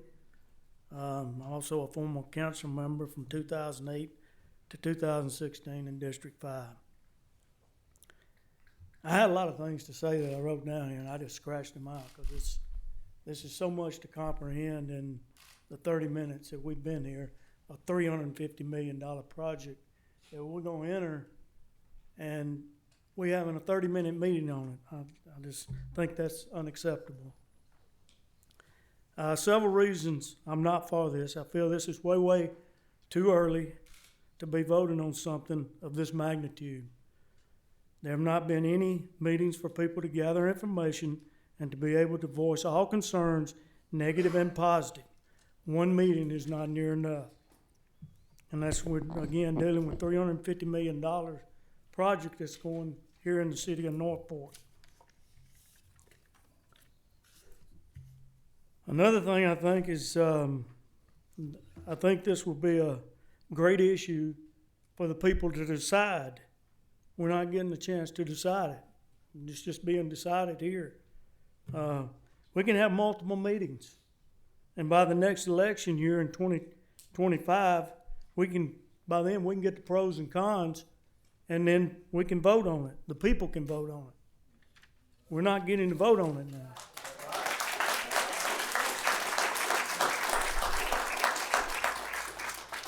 This water park, amphitheater, restaurants, lagoon, retail shops, housing, condos which is like Las Vegas coming to Northport. Northport's a great place to live and to raise a family, and we got great schools, we got great neighborhoods, and we got low crime. Thanks, Chief Burton, and to all of our officers. I'm next door with a 4th-generation farm, and I think that's what Northport is about. Is we have nice neighborhoods, we got the Clear Creeks, we got all that, but then we still have some farm area for people to come and ride through and look at horses and see that kind of stuff. I'm on a 4th generation. I'm going to be squeezed out. Harper Road, I'm not talking about traffic now. Harper Road is going to be a 6-lane, and Flatwoods Road is going to have to be a 6-lane to accommodate this. I mean, I think anybody can see that. Guess I better hurry up. I could stay here all night. If we continue to keep these values that we have in Northport and maintain our infrastructure, like let's pave Main Avenue and let's pave maybe 5th Street, maybe MLK, if you've rode down those lately. That's progress, is maintaining the infrastructure and maintaining the quality of life in Northport. And I just got one question before I go out to the people here. How many people in this room are not for what we have? How many people are not for it? And outside, lots of people. More than 6. How many people are for this development or water park even? How many people are for it? Okay? Okay? The people here, y'all represent the people, and the people here have not had a chance to hear near enough information. And I'll close with Northport. Let's keep Northport, and we're not Las Vegas. Thank you. Thank you, Mr. Harper. Good evening. I am Jack Roberts. I'm a District 5 voter and taxpayer. I live at 4110 67th Avenue here in Northport. This ain't a water park. For 4 years, this council has run on, we're going to build you a water park in Northport. This ain't a water park. Don't take my word for it. What did Mr. Donahue call it? He called it an upscale destination resort hotel complex. That ain't a water park. Now let's do the little David Letterman top 10 list. I'm going to give you 10 reasons why this ain't a water park and why this is a far, far different project from what we have been pitched. This is nothing less than political bait and switch. That's what this is. This project is far larger than we were led to believe. It's going to be far busier, far louder, and far more intrusive into its surrounding environments than we've been led to believe. There's going to be an outside concert stage. That's the first time we're hearing about this. The first time, and we're expected to vote on this tonight. And by the way, in all these presentations tonight, I have not heard a single impact study on any aspect of this project cited. Not noise pollution, traffic, flooding, none of that. You can't even answer the basic questions we citizens have about this project. That's a huge problem. Hotels, we found out about that tonight. Event center, residential center, retail, and most importantly of all, it is nowhere near where we were led to believe this water park was going to be. I could throw a dart at a map of the city of Northport and hit a better place for a resort like this than where they're talking about putting it. So, I would encourage this council to get some impact studies together. This is far, as Mr. Harper said, this is far too early to make a determination on this. And I would further challenge this council to run on this. If you want this, run your next election campaign on this. You're either for it or against it. Mr. Harper said, let's let the voters decide. Thank you very much, ladies and gentlemen.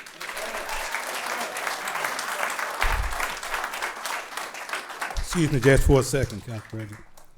Well, first I want everybody to know those 3 projects that Mr. Harper was talking about, 5th Street, Main Avenue, Watermelon Road. He didn't mention Martin Luther King, but Martin Luther King.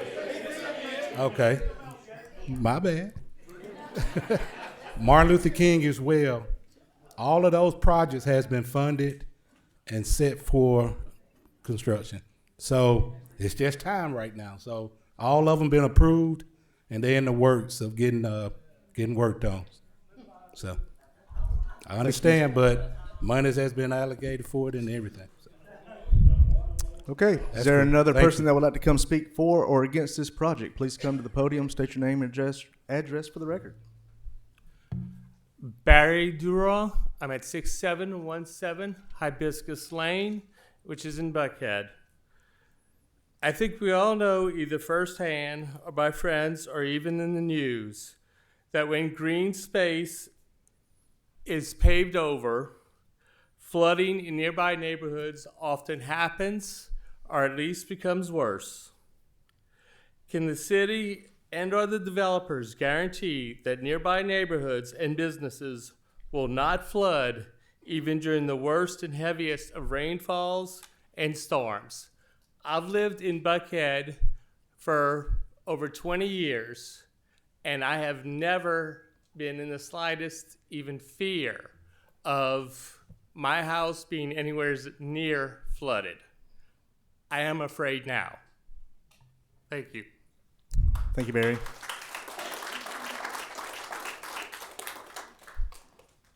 Anyone else? Yes, sir.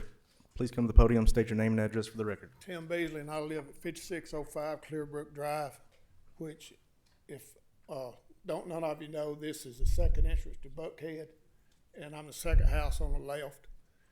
And as far as some traffic goes right there, I've sat in my living room and seen more wrecks right there at the entrance to Buckhead than what should be. And with this increased traffic, there will be several wrecks right there unless something is really done. The power pole right behind Tractor Supply and the little curve on Harper Road, I know has been knocked down 3 times and knocked out all the power to Buckhead and Shirley Farms.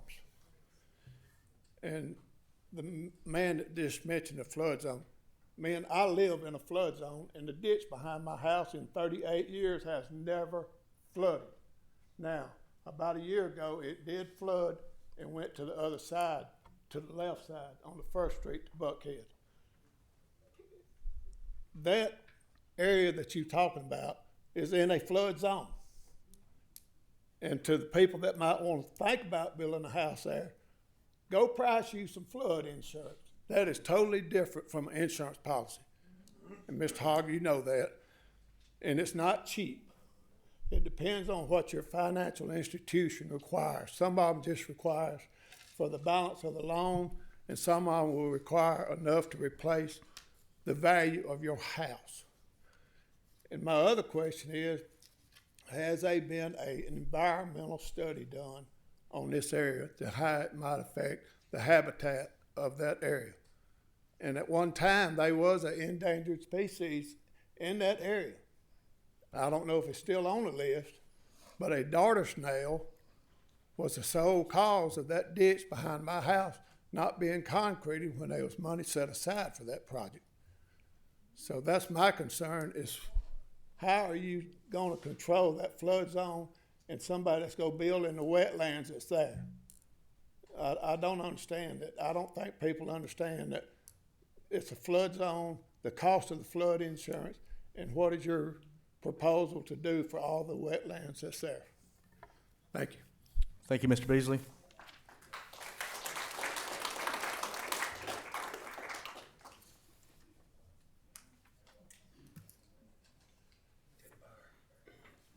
I'm Tommy Williams. I live in 3413 Horsepen Lane in Shirley Farms. I've lived in Northport about 10 years. I've lived the surrounding community all my life pretty much, and I've always thought a lot about Northport.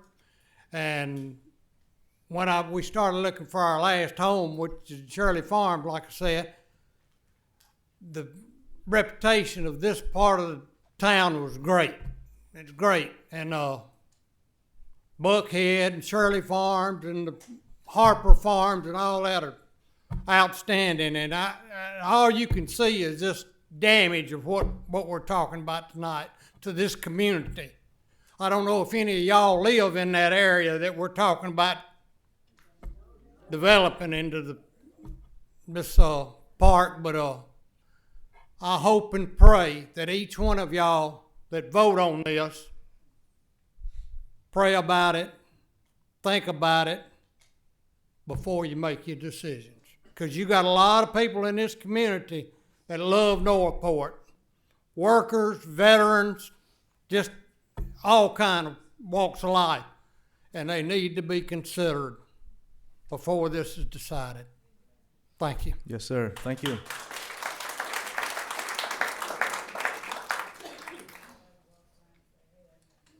Good evening. I'm Kirk Patterson. I live at 5300 Terra Avenue, which, as the crow flies, is about 1.25 miles from the site. I've owned and operated a business in Northport for years and years and years. I've just reinvested a lot of money in a brand new property, which, if y'all remember, you're trying to build an adventure park in my backyard too. I think we spent $700,000 on that property to initially build this water park on. Is that correct? The $700,000 for the 150 acres that now for the is gonna adventure be park. the adventure park. Correct.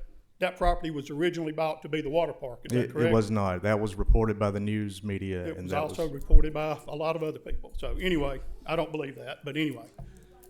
Then we turned right around and spent how much money on this property that we're gonna give some people from Texas? How much? I think it was 2 point something.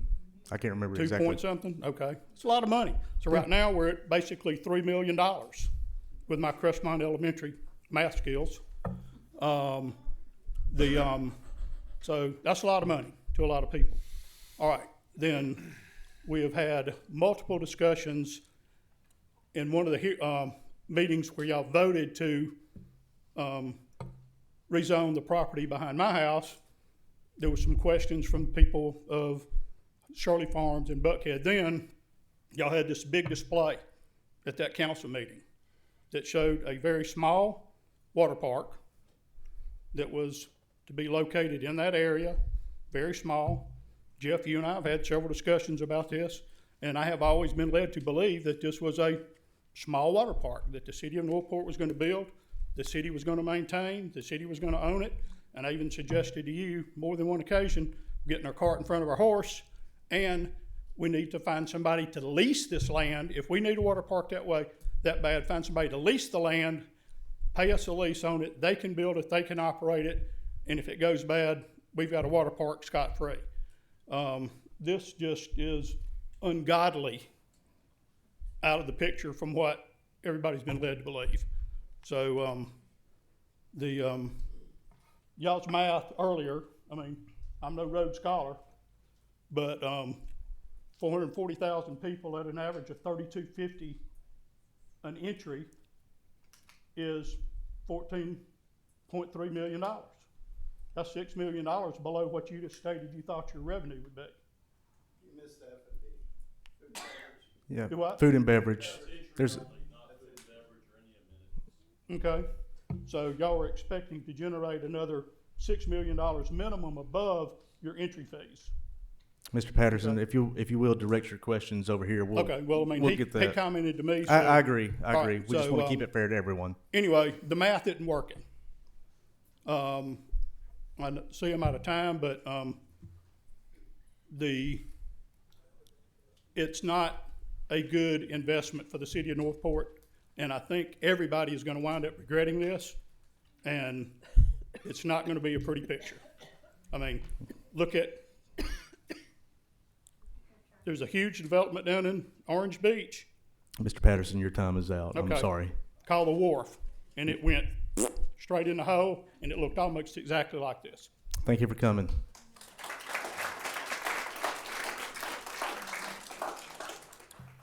My name is Misty Cadell. I live at 13820 Providence Place in Northport. I am very pro water park. I am not sure how I feel about this yet. I'm still trying to get information and decide. But I do have some questions that weren't addressed in the presentation that I would like to hear about. There was a mention that they said, they would have the obligation to operate the water park for 30 years. So my question is, what happens if they don't? What is that obligation? What recourse does the city have if they go under, if they decide to sell to somebody else because they're having financial problems? What does that turn into? Do those requirements go along with them? The other question I have, which I sent to you a couple weeks ago, I believe, was about ticket prices specifically. I am very pro water park because I have 2 young children, and we want to do this as a family. Like, we want to be able to have things in Tuscaloosa County that we can enjoy. At $30 to $35 a person for entry, that is not very feasible for a lot of your middle-class residents of Northport. And they mentioned resident discounts, but that's not very clear. Is that because $1 off tickets because you're a local resident isn't going to make it any more affordable? Like, this has the potential to price out a lot of the people who are supposed to be enjoying it. And so I would really need more information about what is the actual cost going to be, because like I said, my average family of 4 can't make this a frequent, enjoyable thing at $150 a weekend. That's not doable for us. And so those are questions that I would like to see answered before I can really make a more informed decision about this. And I would hope that y'all would consider that as well. Thank you. Yes, ma'am. Thank you.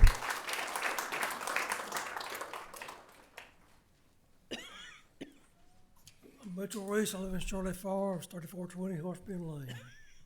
Appreciate you letting me talk tonight. Just got a few things I want to say. I'm for progress. I am. But, Chris Bobo, I know you since you was a little baby. Me and your daddy was good friends. I sure miss him. I know you do too. Just want to say that. Mr. Hinton, I worked on your actors for 40 years ago. That's what I've done all my life.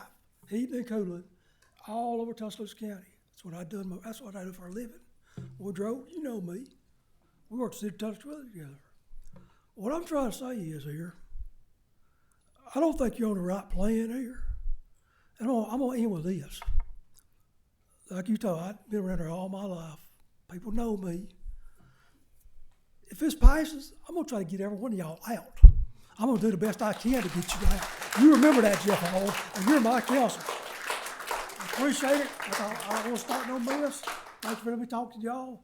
You know what? It's recorded to what I said. Thank you very much. Appreciate it. Thank you.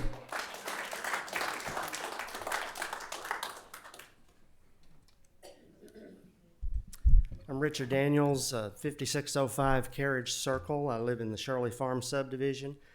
I'm the president of the Shirley Farms Homeowners Association, and I would like to state the position of our HOA. The position of the Shirley Farms HOA is we have been and will continue to be against any development adjacent to our neighborhood that is not 100% residential in nature. In light of this, we are opposed to this proposed expanded development in the location that is being proposed.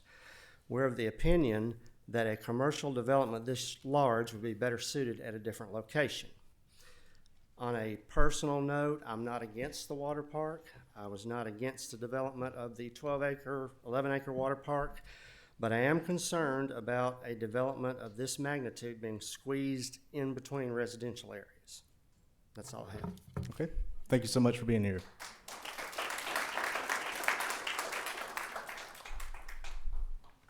Yes, ma'am. Hi. Hi. I'm Melinda Hardy. I live at 5613 Carriage Circle in Northport, of course, Shirley Farms subdivision. I've been here. I moved here not quite 10 years ago from Mississippi, and I've loved it. It's a great place to live, family-oriented. I moved here from the Jackson, Mississippi area. I started there in 1990. There were 2 water parks. 10 years later, I moved across town to Ridgeland, Mississippi. One of them was already out of business, bulldozed, no evidence that it was ever there. before I moved here, the other water park is out of business, gone. So I really don't think this is a good long-term investment for the city. So I vote no. And I hope you give the rest of us all a chance to vote. Thank you. Thank you. I know we've heard from a lot of people so far. Let me just go through some of these real quick. So we've already heard about recourse of what happens. We've heard about wanting to keep this farmland. We've heard about wants to have the people to vote. We've heard that this is noise. We've heard about wetlands impact studies. We've talked about flood and drainage. We've talked about traffic on Harper Road. Let's see. We've talked about ticket pricing. We have talked about residential piece. And the last one we heard about was filling of water parks. So anyone else that has anything else they want to add, please come forward, state your name and address for the record. Linda Davis, 7001 52nd Street. Yes, ma'am. I haven't talked to everyone in Flatwoods, obviously, but everyone I have talked to in Flatwoods is totally against this, what we thought was going to be the water park, but now it is the ever-growing, ever-increasing resort area. This is not going to have a good impact on the quality of life for the people in Flatwoods. It is just the wrong place. You don't put a water park in the middle of a residential area. It's just wrong. And, you know, I think it's a wonderful idea, as Bart Harper mentioned. Why don't you table this for a little while? Wait until the next election and give people a chance to voice their opinions, because ultimately it's our tax dollars that will be involved with this.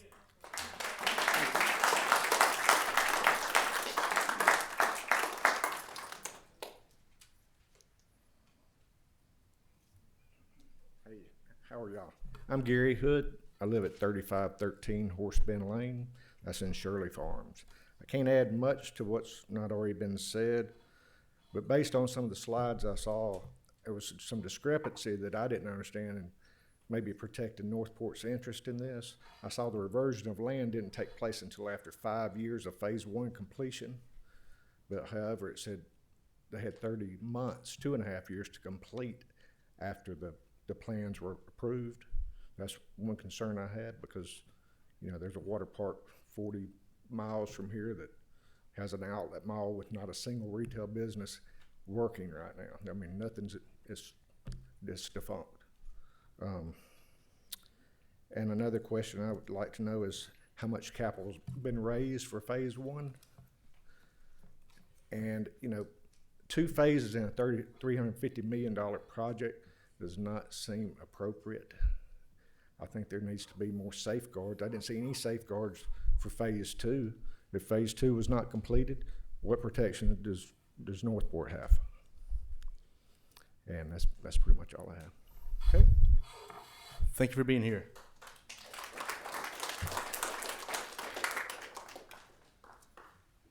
Hello, my name is Diana Gomez, and I live in 12622 Windward Point Drive, which is not too close to here, but I think we are also affected by the plan in the community.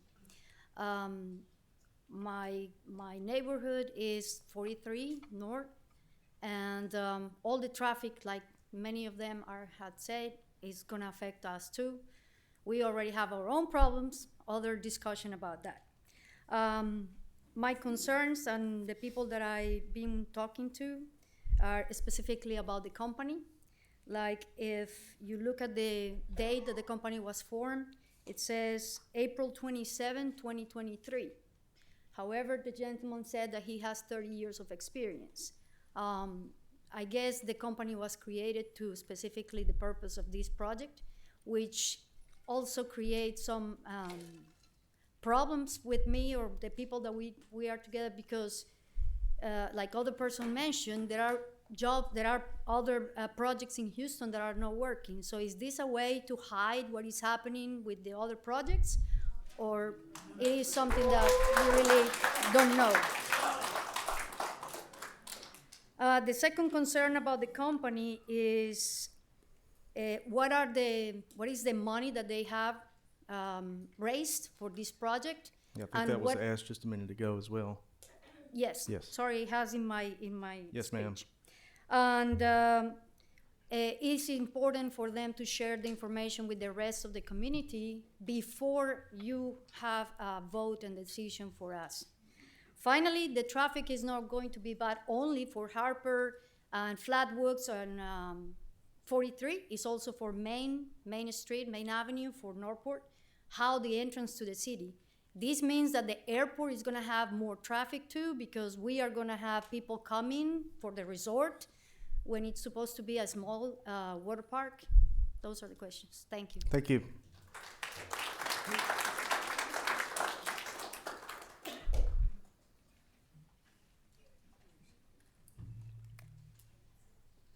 Do I start now? Oh, go ahead. Hey to y'all again. My name is Kella McQueen. I live at 4648 Cross Hill Lane. I spoke with y'all back in November about my love for the horses. My daughter loves them. So not only is my family concerned about the surrounding businesses and farms possibly being pushed out, as well as people not wanting to no longer want to live in the area. I love where I live. I live in Highland Park, great subdivision. I like to go out in the yard, dig around. It's not noisy currently, but I'm afraid it is. And so my fear is that my home will no longer be a place of refuge. It will be a place that I try to avoid because of the traffic, the noise.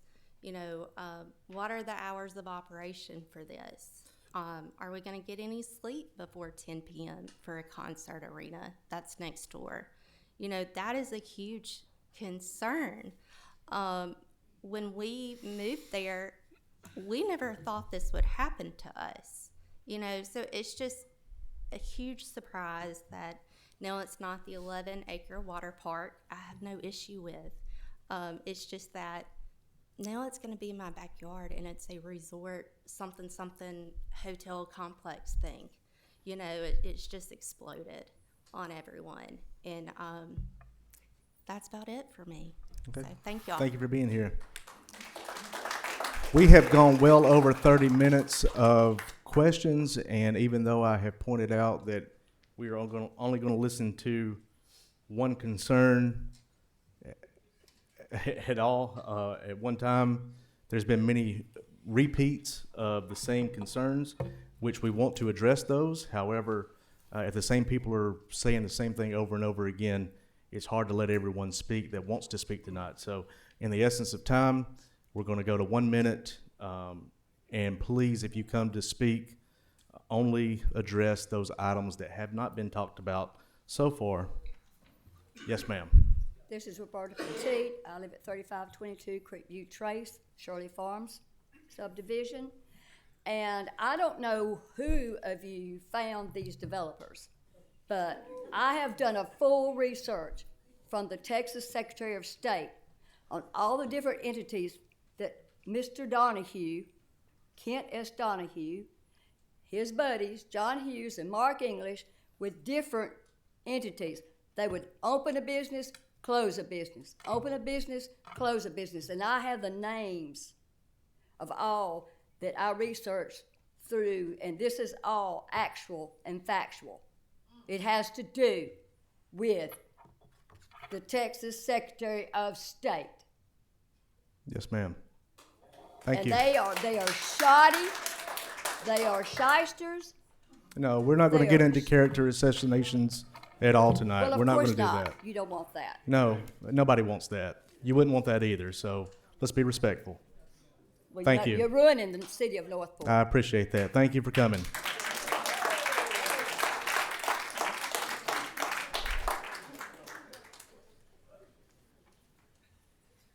David Flowers, 5604 Buckhead Drive. I'm the one on the first house. Yes, sir. Got How are the you doing? cat on it. Oh, well. Got about 3 questions. Why you picked that spot? Next of all, is our property value is going to go up or down? Okay. And then next of all, I've been in construction all my life and built a lot of bridges. And when we build bridges, that's when the community come. So water park, I think, should have been built somewhere else, then the community come, not in the community. Yes, sir. So I thank you. All right, thank you.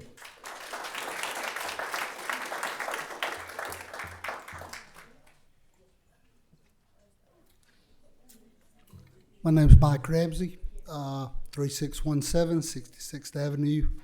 I live in Buckhead over by the school.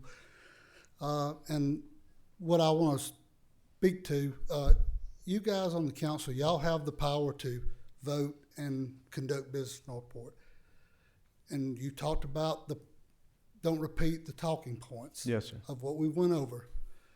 Okay, we've listened, everything that's been brought up has been against or negative. And I hope y'all take that into consideration when you're making these decisions. The thing that screams about these points, I haven't heard one in favor of what it will do good for this community of Northport. That it just screams. Nobody can say anything good about it except the people who will profit from it. And I hope y'all will consider that. Okay, thank you.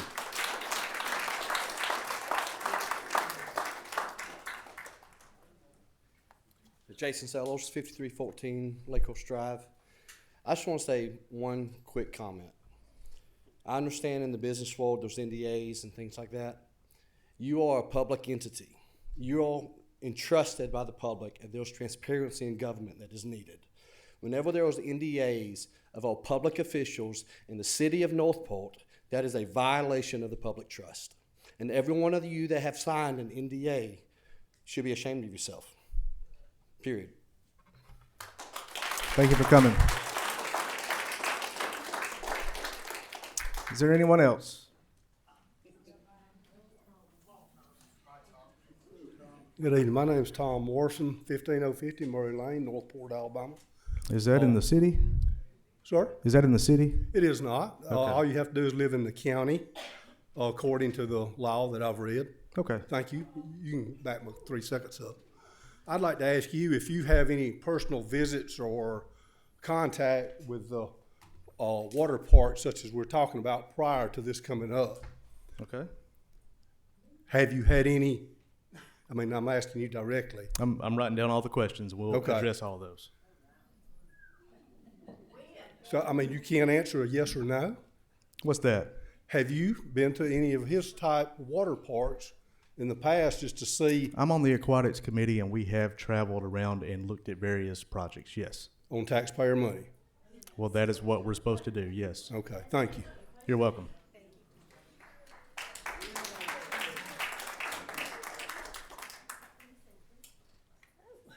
Never done this before. Delora McDonald, 5810 Shirleywood Parkway. Property taxes, is this going to make our property taxes increase? What about the cost of water? My water bill's incredibly high as it is. Is this going to increase our water bill? We can't get enough workers to work the fast food restaurants that we have in Northport. How are we going to run this huge facility? And if we can't find workers and it can't be opened, what's going to happen? And I know my husband's going to die. What are you going to do about the mosquitoes? You got a huge lagoon here, and the mosquitoes are horrible as it is in Shirley Farms. I mean, you can't go outside in the summertime. What are you going to do about that? What about other pests and varmints when this construction starts that will be leaving this area coming to our neighborhood? What are you going to do about that? Thank you, Ms. McDonald. Your time is up. Thank you. Okay. If there's not anyone else. There's one. Oh, sorry, I didn't see you. I apologize. My name is Gary Leto, 6411 Clearbrook Drive in Buckhead. I just have one question for all of you guys. Would y'all allow this to be put in your neighborhood? Absolutely. You would not. What? Let me ask you another question. Let me ask you another question then. Why didn't you look up Highway 171? Surely there's some land up there that's available for something of this scope. Yeah. Yeah? We don't have a highway that way though. Come on. You and I are never going to agree on this. You know, you and I appreciate the shout out that you gave me a little while ago. Yes, sir. I appreciate you contacting me. Yes, sir. Well, no, you don't, because I called you out on that Facebook post that you put out this morning that I don't appreciate, because all that shows us is that you don't take this seriously. We are your constituents, and you don't take us seriously. Okay. You're making a joke. You call the city council meeting a circus. Come on. This is not a circus. This is people's lives that you are taking advantage of. You know, my wife and I, we're not rich. Mr. Leto, your time is up, but thank you for coming. Is there anyone else that is here to speak? So my name's Christian Williams. I'm a current resident of Tuscaloosa, but grew up on 42nd Avenue across from this development. I will be really quick. Please do not attack me. I'm not here to support the location of it. I'm not the depth or scope of it. I'm not here for any of that. I understand your concerns. What I would happen to say is I'm a young entrepreneur. I say I'm young. I feel young still. In the restaurant industry, I've looked at locations in Northport for over a year.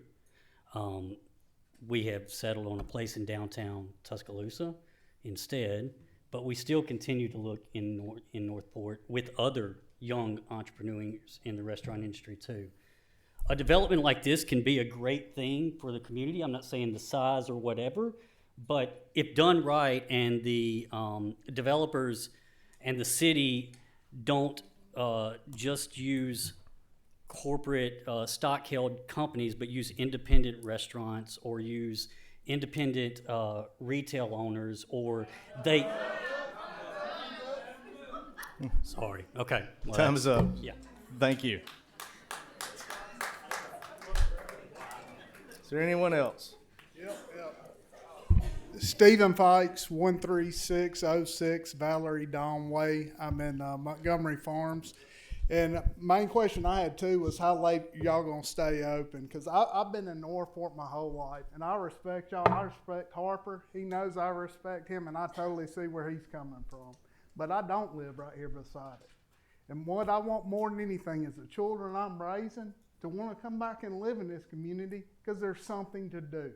I grew up in this community, and when I was 16 years old, you want to know what we did on summer nights? Ran around in fields and stuff like that and drank beer. I've been here when I can remember some idiot was going to build a subdivision up there in the cotton field, and it was never going to work. And now how many people live up there? A whole bunch. None of them's here because it's not directly affecting them negatively. I get y'all. I totally understand. There's a lot of people in this room I respect, but at the same time, I'm in business. I would kill to have somebody that go into business with me and put $20 in for every damn dollar of mine. That's it. Thank you. All right. We are going to close the floor for the public hearing. All right, at this time, I know, Mr. Donahue, I think you've been writing down stuff as well. I have as well. Is there anything that you want to try to address? And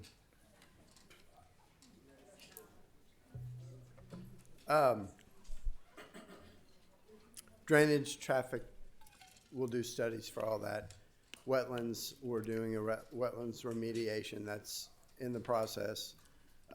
So all the wetlands and drainage and traffic, it's a civil engineering issue that is being addressed. So there will not be any flood issues related to what we're doing on other people's properties. Yes, sir. So that's a big one. You go through the list here. I will also add to some of these, talking about traffic studies. So tonight is the first time we've heard this presentation with its intended use. Traffic studies cannot be performed accurately without an intended use with all items present. The data will be updated once trip generations are calculated based on the proposed uses. So AlDOT oversees Highway 82, McFarland Boulevard. Any required improvements will be the responsibility of the development. City of Northport oversees Harper Road, and any required improvements will be the responsibility of the development. The city has already done a preliminary traffic study with Sane and Associates based on the original city-owned water park concept. And once again, Highway 82 and McFarland Boulevard is a 4-lane divided highway. Mm-hmm. So that was some notes that I was making sure we discussed with the traffic. Another one I had was environmental. We've done a phase 1 environmental. Everything's clean. No environmental issues. Yes, sir. Okay. Incentives going away. If we fail to operate the water park for the entire 30-year, anytime we fail to operate the water park, incentives are gone. Correct. And we agreed to that in the development agreement. So that's an easy one.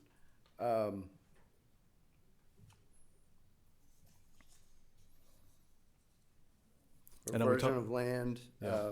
Again, that's part of the development agreement. If we fail to perform, you get your land back.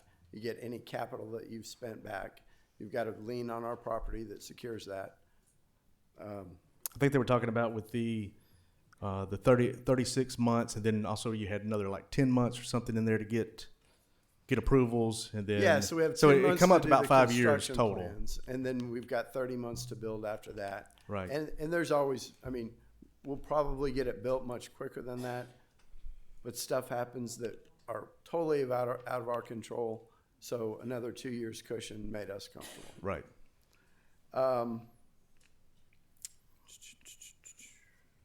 Version of the land. Talk Our about investment in phase 1, 97 million plus another 30 million if include the construction of the homes. So we're about $137 million in phase 1. It's all capitalized. That gets you way more than the $20 million water park that you guys had originally anticipated.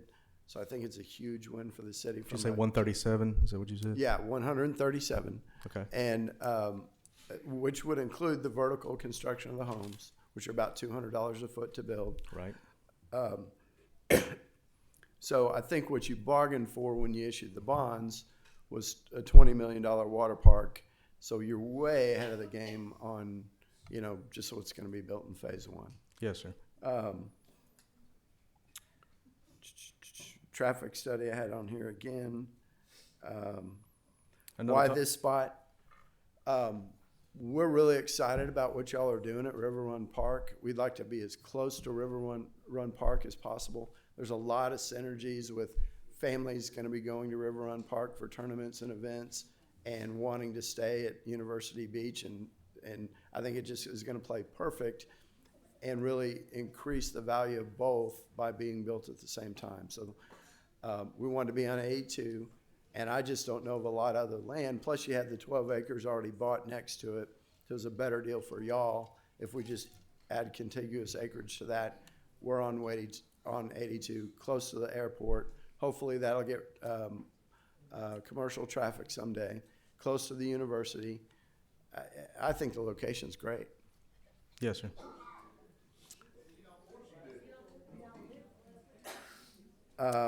I know they said something about entrances was something that was brought up to me. 2 entrances will be required by the fire department for public safety. We'll actually have 3. There'll be fire-only access. Yeah, the fire-only on the back access, of it, yes. And then there'll be a loop system from Harper all the way down to 82 with primarily the traffic will use 82 coming in and out of the beach club is is because that's where it's located. I think that's about it. Yeah, there was talk about property values, and I'll handle some of Yeah, that. I mean, property values, I think should go way up as a dramatic. Absolutely. Because of this. I mean, there's studies been with lagoon concepts that have been built around the country recently. There's one in the Wall Street Journal. They get the highest sales volume, highest ticket per square foot, and just are in a huge demand. Well, I can give you some information. And our prices are going to be from the 800,000s, and I don't think Shirley Farms from the 800,000. No, there's no property that is 800,000 anywhere near. So, with comps, with available properties, of course that would be. Now, on May 15th, 2023, the city made a presentation with data from the Realtors Property Resource, which is a division of the National Association of Realtors, in regards to property located near a water park. Now, this is not the lagoon, this is just a water park. Homestead, Pennsylvania had a population of 1,860 residents. That's right, 1,860. They saw a 39.28% raise in their estimated value of their property located near the water park. Hartselle, South Carolina, with a population of 7,764, their residents saw a 20.54 raise in estimated value for their property located near their water park. New Caney, Texas, with a population of 17,189, saw a 17.14% raise in estimated value for their property located near the water park. And here in Cullman, Alabama, with a population of 18,210, residents saw a 48.22% raise in estimated value for property located near their water park. Nationally, it was also shown in that data that these were just some that were more different size water parks that I was showing. Nationally, it was also shown that living near quality of life features such as a water park can boost your property values 8 to 20%. That was a national study. Other factors that contributed to higher property values is one, having an HOA, proximity to restaurants. So like Shirley Farms has an HOA, proximity to restaurants, you're within We're going to have restaurants all over the place. Yep, you're going to have restaurants. You're located less than a mile from other restaurants on Highway 82. Proximity of shopping, which you're looking at having. Yes, sir. Community improvements and enhancements. The city, if we entered into this, we will have that. And also low crime rates. And the city is one of the safest cities in Alabama. And somebody sitting on the... Turn out the lights, huh? Somebody sitting on the lights again. One thing that I did want, people talk about the... Somebody in the back is leaning on the lights. I did want to say that currently, we talk about location. Currently, the parcel of land, we're talking about property values too. So currently, the parcel of land that people know as the Shirley property, that's in the county. That's not in the city at this moment. It has not been annexed in. By annexing in, the nearby residents should have more comfort of knowing what is going there due to zoning. The county does not have zoning, therefore, if someone else wanted to buy this property, if this development did not go through with your company, someone else now knows that this property is available and they want to come in and buy that and not have it annexed into the city. They could put chicken houses there. They could put a pig farm. They could put a junkyard. They could put a mobile home park. They could put a lot of different things that are going to decrease property value, not 800,000 plus homes, right? Value homes. So the property values, based on all the statistics and the presentations that's been done, and I'm sorry that the people here tonight are probably learning about these statistics for the first time because you haven't come to a council meeting, but these are all a part of the Realtors Property Resource. Everybody please be respectful. This is a division of the National Association of Realtors. And then also, we talk about farmland. So farmland in Alabama is heavily discounted in the ad valorem taxes. So this development would have improvements, of course, if you build what you have presented, and that would increase the ad valorem taxes, which in return would be additional funding for our local schools. So there's a lot of pluses to this in terms of property values and things raising. It's not just it's not just making someone else property go up, but it's also enhancing the community as well, going back into the schools, because we do not have a city-owned school system. So ad valorem taxes is the one way that we can. So Who do you work for, them or and then let's see, the location, we've discussed that.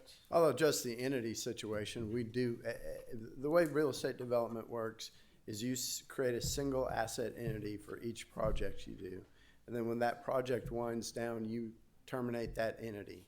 I mean, most lenders do not want one project you've done that they're financing commingled with another project that you're doing that really has no economic benefit to their loan. So they're like, we want a single asset entity, we'll loan on that, so it doesn't have an exposure to things that we're not loaning on. So that's common practice in real estate development, and every deal we do is a single asset entity.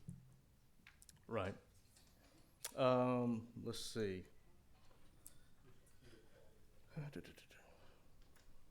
Give me 1 second. I'm going through all these notes here. There's a lot. You talked about the capital that's been raised. We talked about the safeguards for the different phases.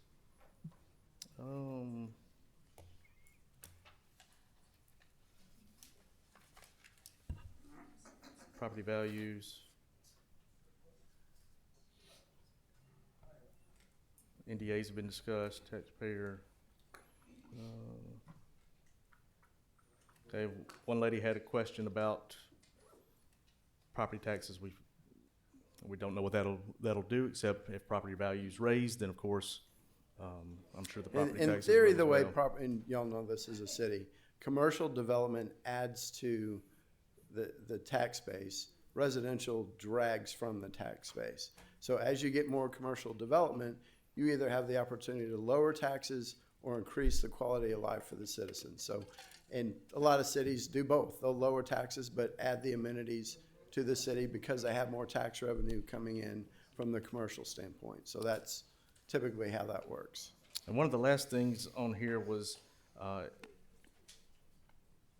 well, we talked about, mosquitoes were brought up. I mean, I'm sure you have some kind of, in the lagoon and the water. Pesticides. Yeah, we can't sell beach chairs for people with mosquitoes all over them, so there'll be the appropriate exterminators out there. Okay. And let's see here. Yes, hours of operation. During the week, it'll be closed quicker. I think on weekends, it'll stay open a little bit later. Concert nights may stay open a little bit later. Game weekends may stay open a little bit later. But we haven't determined an exact closure, and some of it's based on demand. I mean, right. If it clears out at 9:30, we'll close at 10. I mean, if people are still staying there and it's active at midnight, I wouldn't say we'd stay open past midnight, with the exception of maybe weekends and game weekends and stuff like that. Okay. And we had a lady ask about ticket prices. I know you said that was a study that was done. Yeah, regarding... I mean, we're for profit. We want to give the benefit on slower days of the week. We'll lower the ticket prices. We'll have discounts for citizens. But on the big, we get, you name the AAC there, it's going to be expensive. Right. Because you've got to make some money and you got to pay those guys to be there. But we want it to be a destination. We want it to be something where the big AACs want to come, because it's a unique experience for them. They're used to going to arenas every week, and if they can go to a beach club environment and play there and maybe take a little bit less, but we all as a community get to see a concert that we normally wouldn't get, I think it's a huge plus. Okay. Now, is there, okay, can the people in the audience please keep their quiet down while everybody was speaking? Everyone gave the same respect, so let's be respectful to Mr. Donahue as well at this point.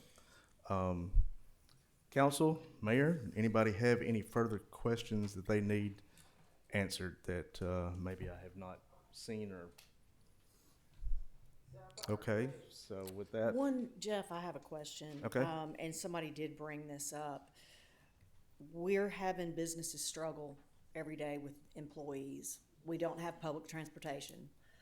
How do you plan on staffing this? I mean, you've already talked about 60 full-time, 200 part-time, and we have businesses closing because of staff issues. Yeah, I mean, it's a problem. We're hoping we drag from the university, lots of internships, lots of people studying what we're trying to do. And then there's other programs where you bring in folks from, on a seasonal basis, from other countries that could also work. And it's extremely popular in large events or large resorts throughout the country. And I know you probably have already looked at the STAR report and know that the data in Tuscaloosa County shows about a 2.5% up on demand. How does that play in to a facility of this magnitude? average demand for? The people coming to our city for various things. I think we're going to increase the demand dramatically. Our plan is we're drawn from Birmingham, Nashville, Atlanta. I mean, this is a unique destination that if you don't want to drive all the way to the coast, and in fact, I'd argue our site's going to be even better than driving to the coast because of the amenities and the attention to all the hospitality and so forth that we'll provide. It's a draw from a long way away, not just the local residents. How does not having a commercial air service play into that as well? Birmingham's close enough, and I think you'll get a lot of drive time. I mean, we've got several facilities near Dallas where people drive to Austin and San Antonio and not necessarily take a plane. If it's 3 to 4 hours, you're kind of on a tweener of, I got to the airport an hour early, I've got an hour flight, and then I got to mess with the rent car for an hour, plus the expense of that versus just driving the 3 or 4 hours. And with the, Nashville, Birmingham, all the local residents on the west side of the state and Mississippi, and then Atlanta for that reason. I think we'll get a lot of folks that just drive. Okay. Anything else? All right. Mr. Donahue, thank you for being here. Again, thank you for having us. Yes, appreciate you coming. All right. With that being said, the public hearing is closed. And just like we said earlier, it's been asked out of respect for everyone that came out tonight from out of town, our outside legal counsel that's here late at night with the family as well, out of respect to all the Northport residents, that we owe the courtesy to at least vote on this item. It will require unanimous consent to do so. I know, Mr. Hughes, I know you are about to be a first-time grandfather. Is that correct? Any time now? You're probably watching your phone, watching your watch right now. So, I want to remind everyone that voting to allow unanimous consent does not obligate anyone to vote yes or no to the actual agenda item. So I will make a motion that we enter into unanimous consent to allow voting separately out of respect for everyone here. That is in the form of a motion. Is there a second? Second. That is a motion by Councilman Hogg, second by Councilman Washington. All right. Any questions or comments? Hearing none, Ms. Webb. Voting on unanimous consent, beginning with Pro Tem Bobo. Yes. Yes. Yes. Yes. Yes. Okay, we are under unanimous consent. No confidence. So, with that, okay, if everybody can please. All right, I will make a motion to approve the attached resolution authorizing the mayor to enter into a project development agreement with University Beach LLC. That is in the form of a motion. Is there a second? Second. Second by Councilman Washington. Any questions or comments? Hearing none, Ms. Webb. Voting with Pro Tem Bobo. Yes. Yes. Yes. No. Yes.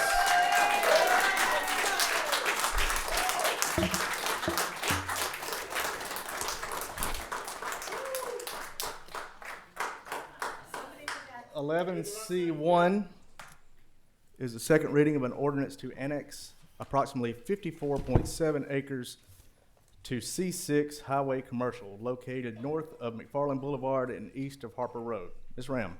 Yes, sir, this item comes with a favorable recommendation from the planning commission. It's ready for public hearing and final adoption if you so wish. Okay. This is a public hearing. This is in regards to the annexation of the land there for 54.7 acres. We'll open the floor for a public hearing. If there's anyone that would like to come speak for or against this agenda item that has not already covered that, please do so. State your name and address for the record. Okay. Mr. Donahue. Confirm that this is the zoning and the annexation and not just the annexation without the zoning. Oh. Yes, I'm sorry. Okay. Yes. Okay. Apologize. So the zoning and the annexation. Okay. Seeing none, I will close the floor for the public hearing. Is there a member of council that would like to make a motion to approve the ordinance to annex 54.7 acres to C6 Highway Commercial located north of McFarland Boulevard and east of Harper Road? So moved. Second. Motion by Councilman Wiggins, second by Councilman Washington. Any questions or comments? Hearing none, Ms. Webb. Voting with Pro Tem Bobo. Yes. Yes. Yes. No. Yes. Item 11C2 is an ordinance declaring real property surplus 5300 to 5350 McFarland Boulevard and authorizing transfer to University Beach LLC. Mr. Ray, Mr. Cunningham. Mr. Cunningham, you have anything? No, sir. This is part of the development agreement, as we just discussed. So this will declare it surplus and transfer along with the development agreement, as Mr. Ray mentioned, with the possibility of reversion. Okay. So this also requires a public hearing. This is in regards to surplus of the acreage that the city owns, and to do that in pursuant to the development agreement. So I'll open the floor for the public hearing. If you want to come speak for or against this agenda item, which is the authorizing the transfer to University Beach LLC. Seeing none. Yes, sir. Tom Morrison, 15050 Murray Lane, Northport, Alabama, and no, it's not in the city. I'm opposed to this because we paid $2.6 million. It was kind of hard to find that out, but since it was bought in the dark, but I'm opposed to giving it to them. Why don't they pay for it? I mean, I don't understand why we have to give everything away. And that's my opposition to it. I understand. I don't think they're giving anything. It's $20 million for 350. If I was to give you $20, or you were to give me $20, and I give you 350, that's well. If that's the way it worked, it would be true. But we're giving them $20 million for them to develop their own property. They're the ones profiting the $20 million. They're not. We have to. Okay, so let me put it this way, Tom. So when a new subdivision comes in, okay, let's just say a new subdivision, residential houses, the developer pays all of the cost of the water, the sewer, the roads, all the infrastructure. It should. Okay. At that point, they come to the city after they've done. They go through all the process. The city accepts those. We have a obligation to maintain those for the rest of its life. We own those roads. We own that water and sewer. Our incentive is helping them out with the infrastructure. That's what we're going to own. We're going to own it anyway. So we might as well go ahead and use that as our incentive agreement instead of cash. But they're the ones profiting from it. We're paying for their water and sewer. We're not, because if you listen to the first part, I we did. get it at 75% I understand of the that. cost. So we're getting 75% on the dollar of what they're spending. They're actually in the hole. Well, why 25 cents on the running dollar. it up like the way it used to be? And it's the way it is at your house.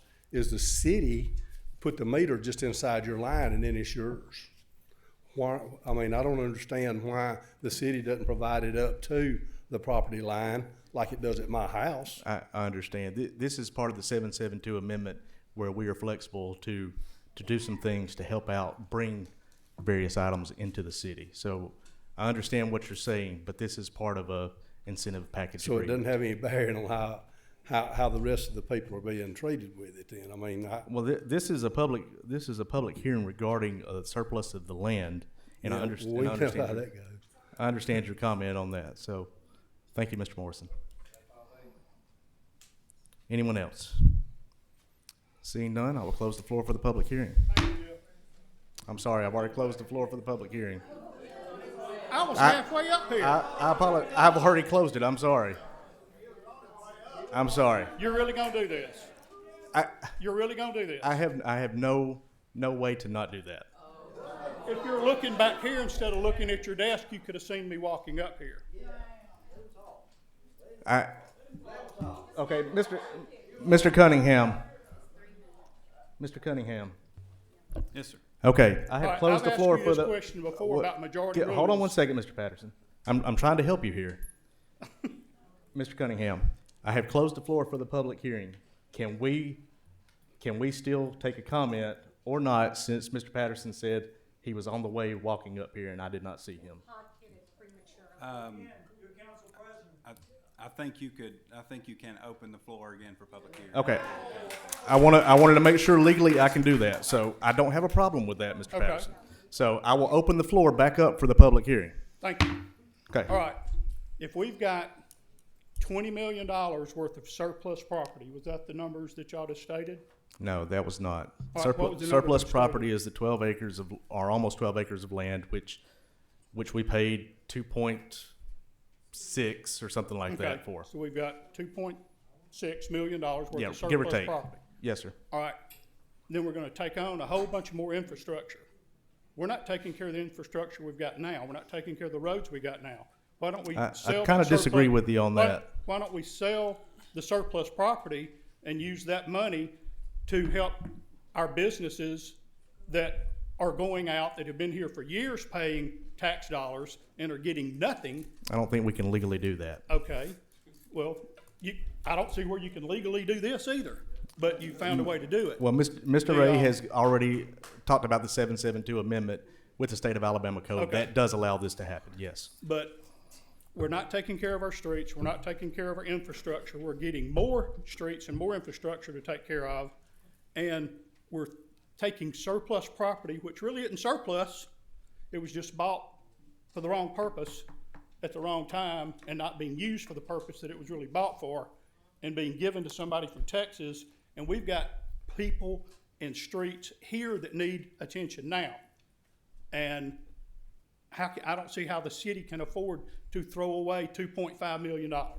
The city. I understand the math. city's not, I yes. develop property every day. Okay. I mean, I understand the math, I understand development, but this does not make sense. Doesn't make sense, the math doesn't add up, it's just not right. Okay. Thank you, Mr. Patterson. Anyone else?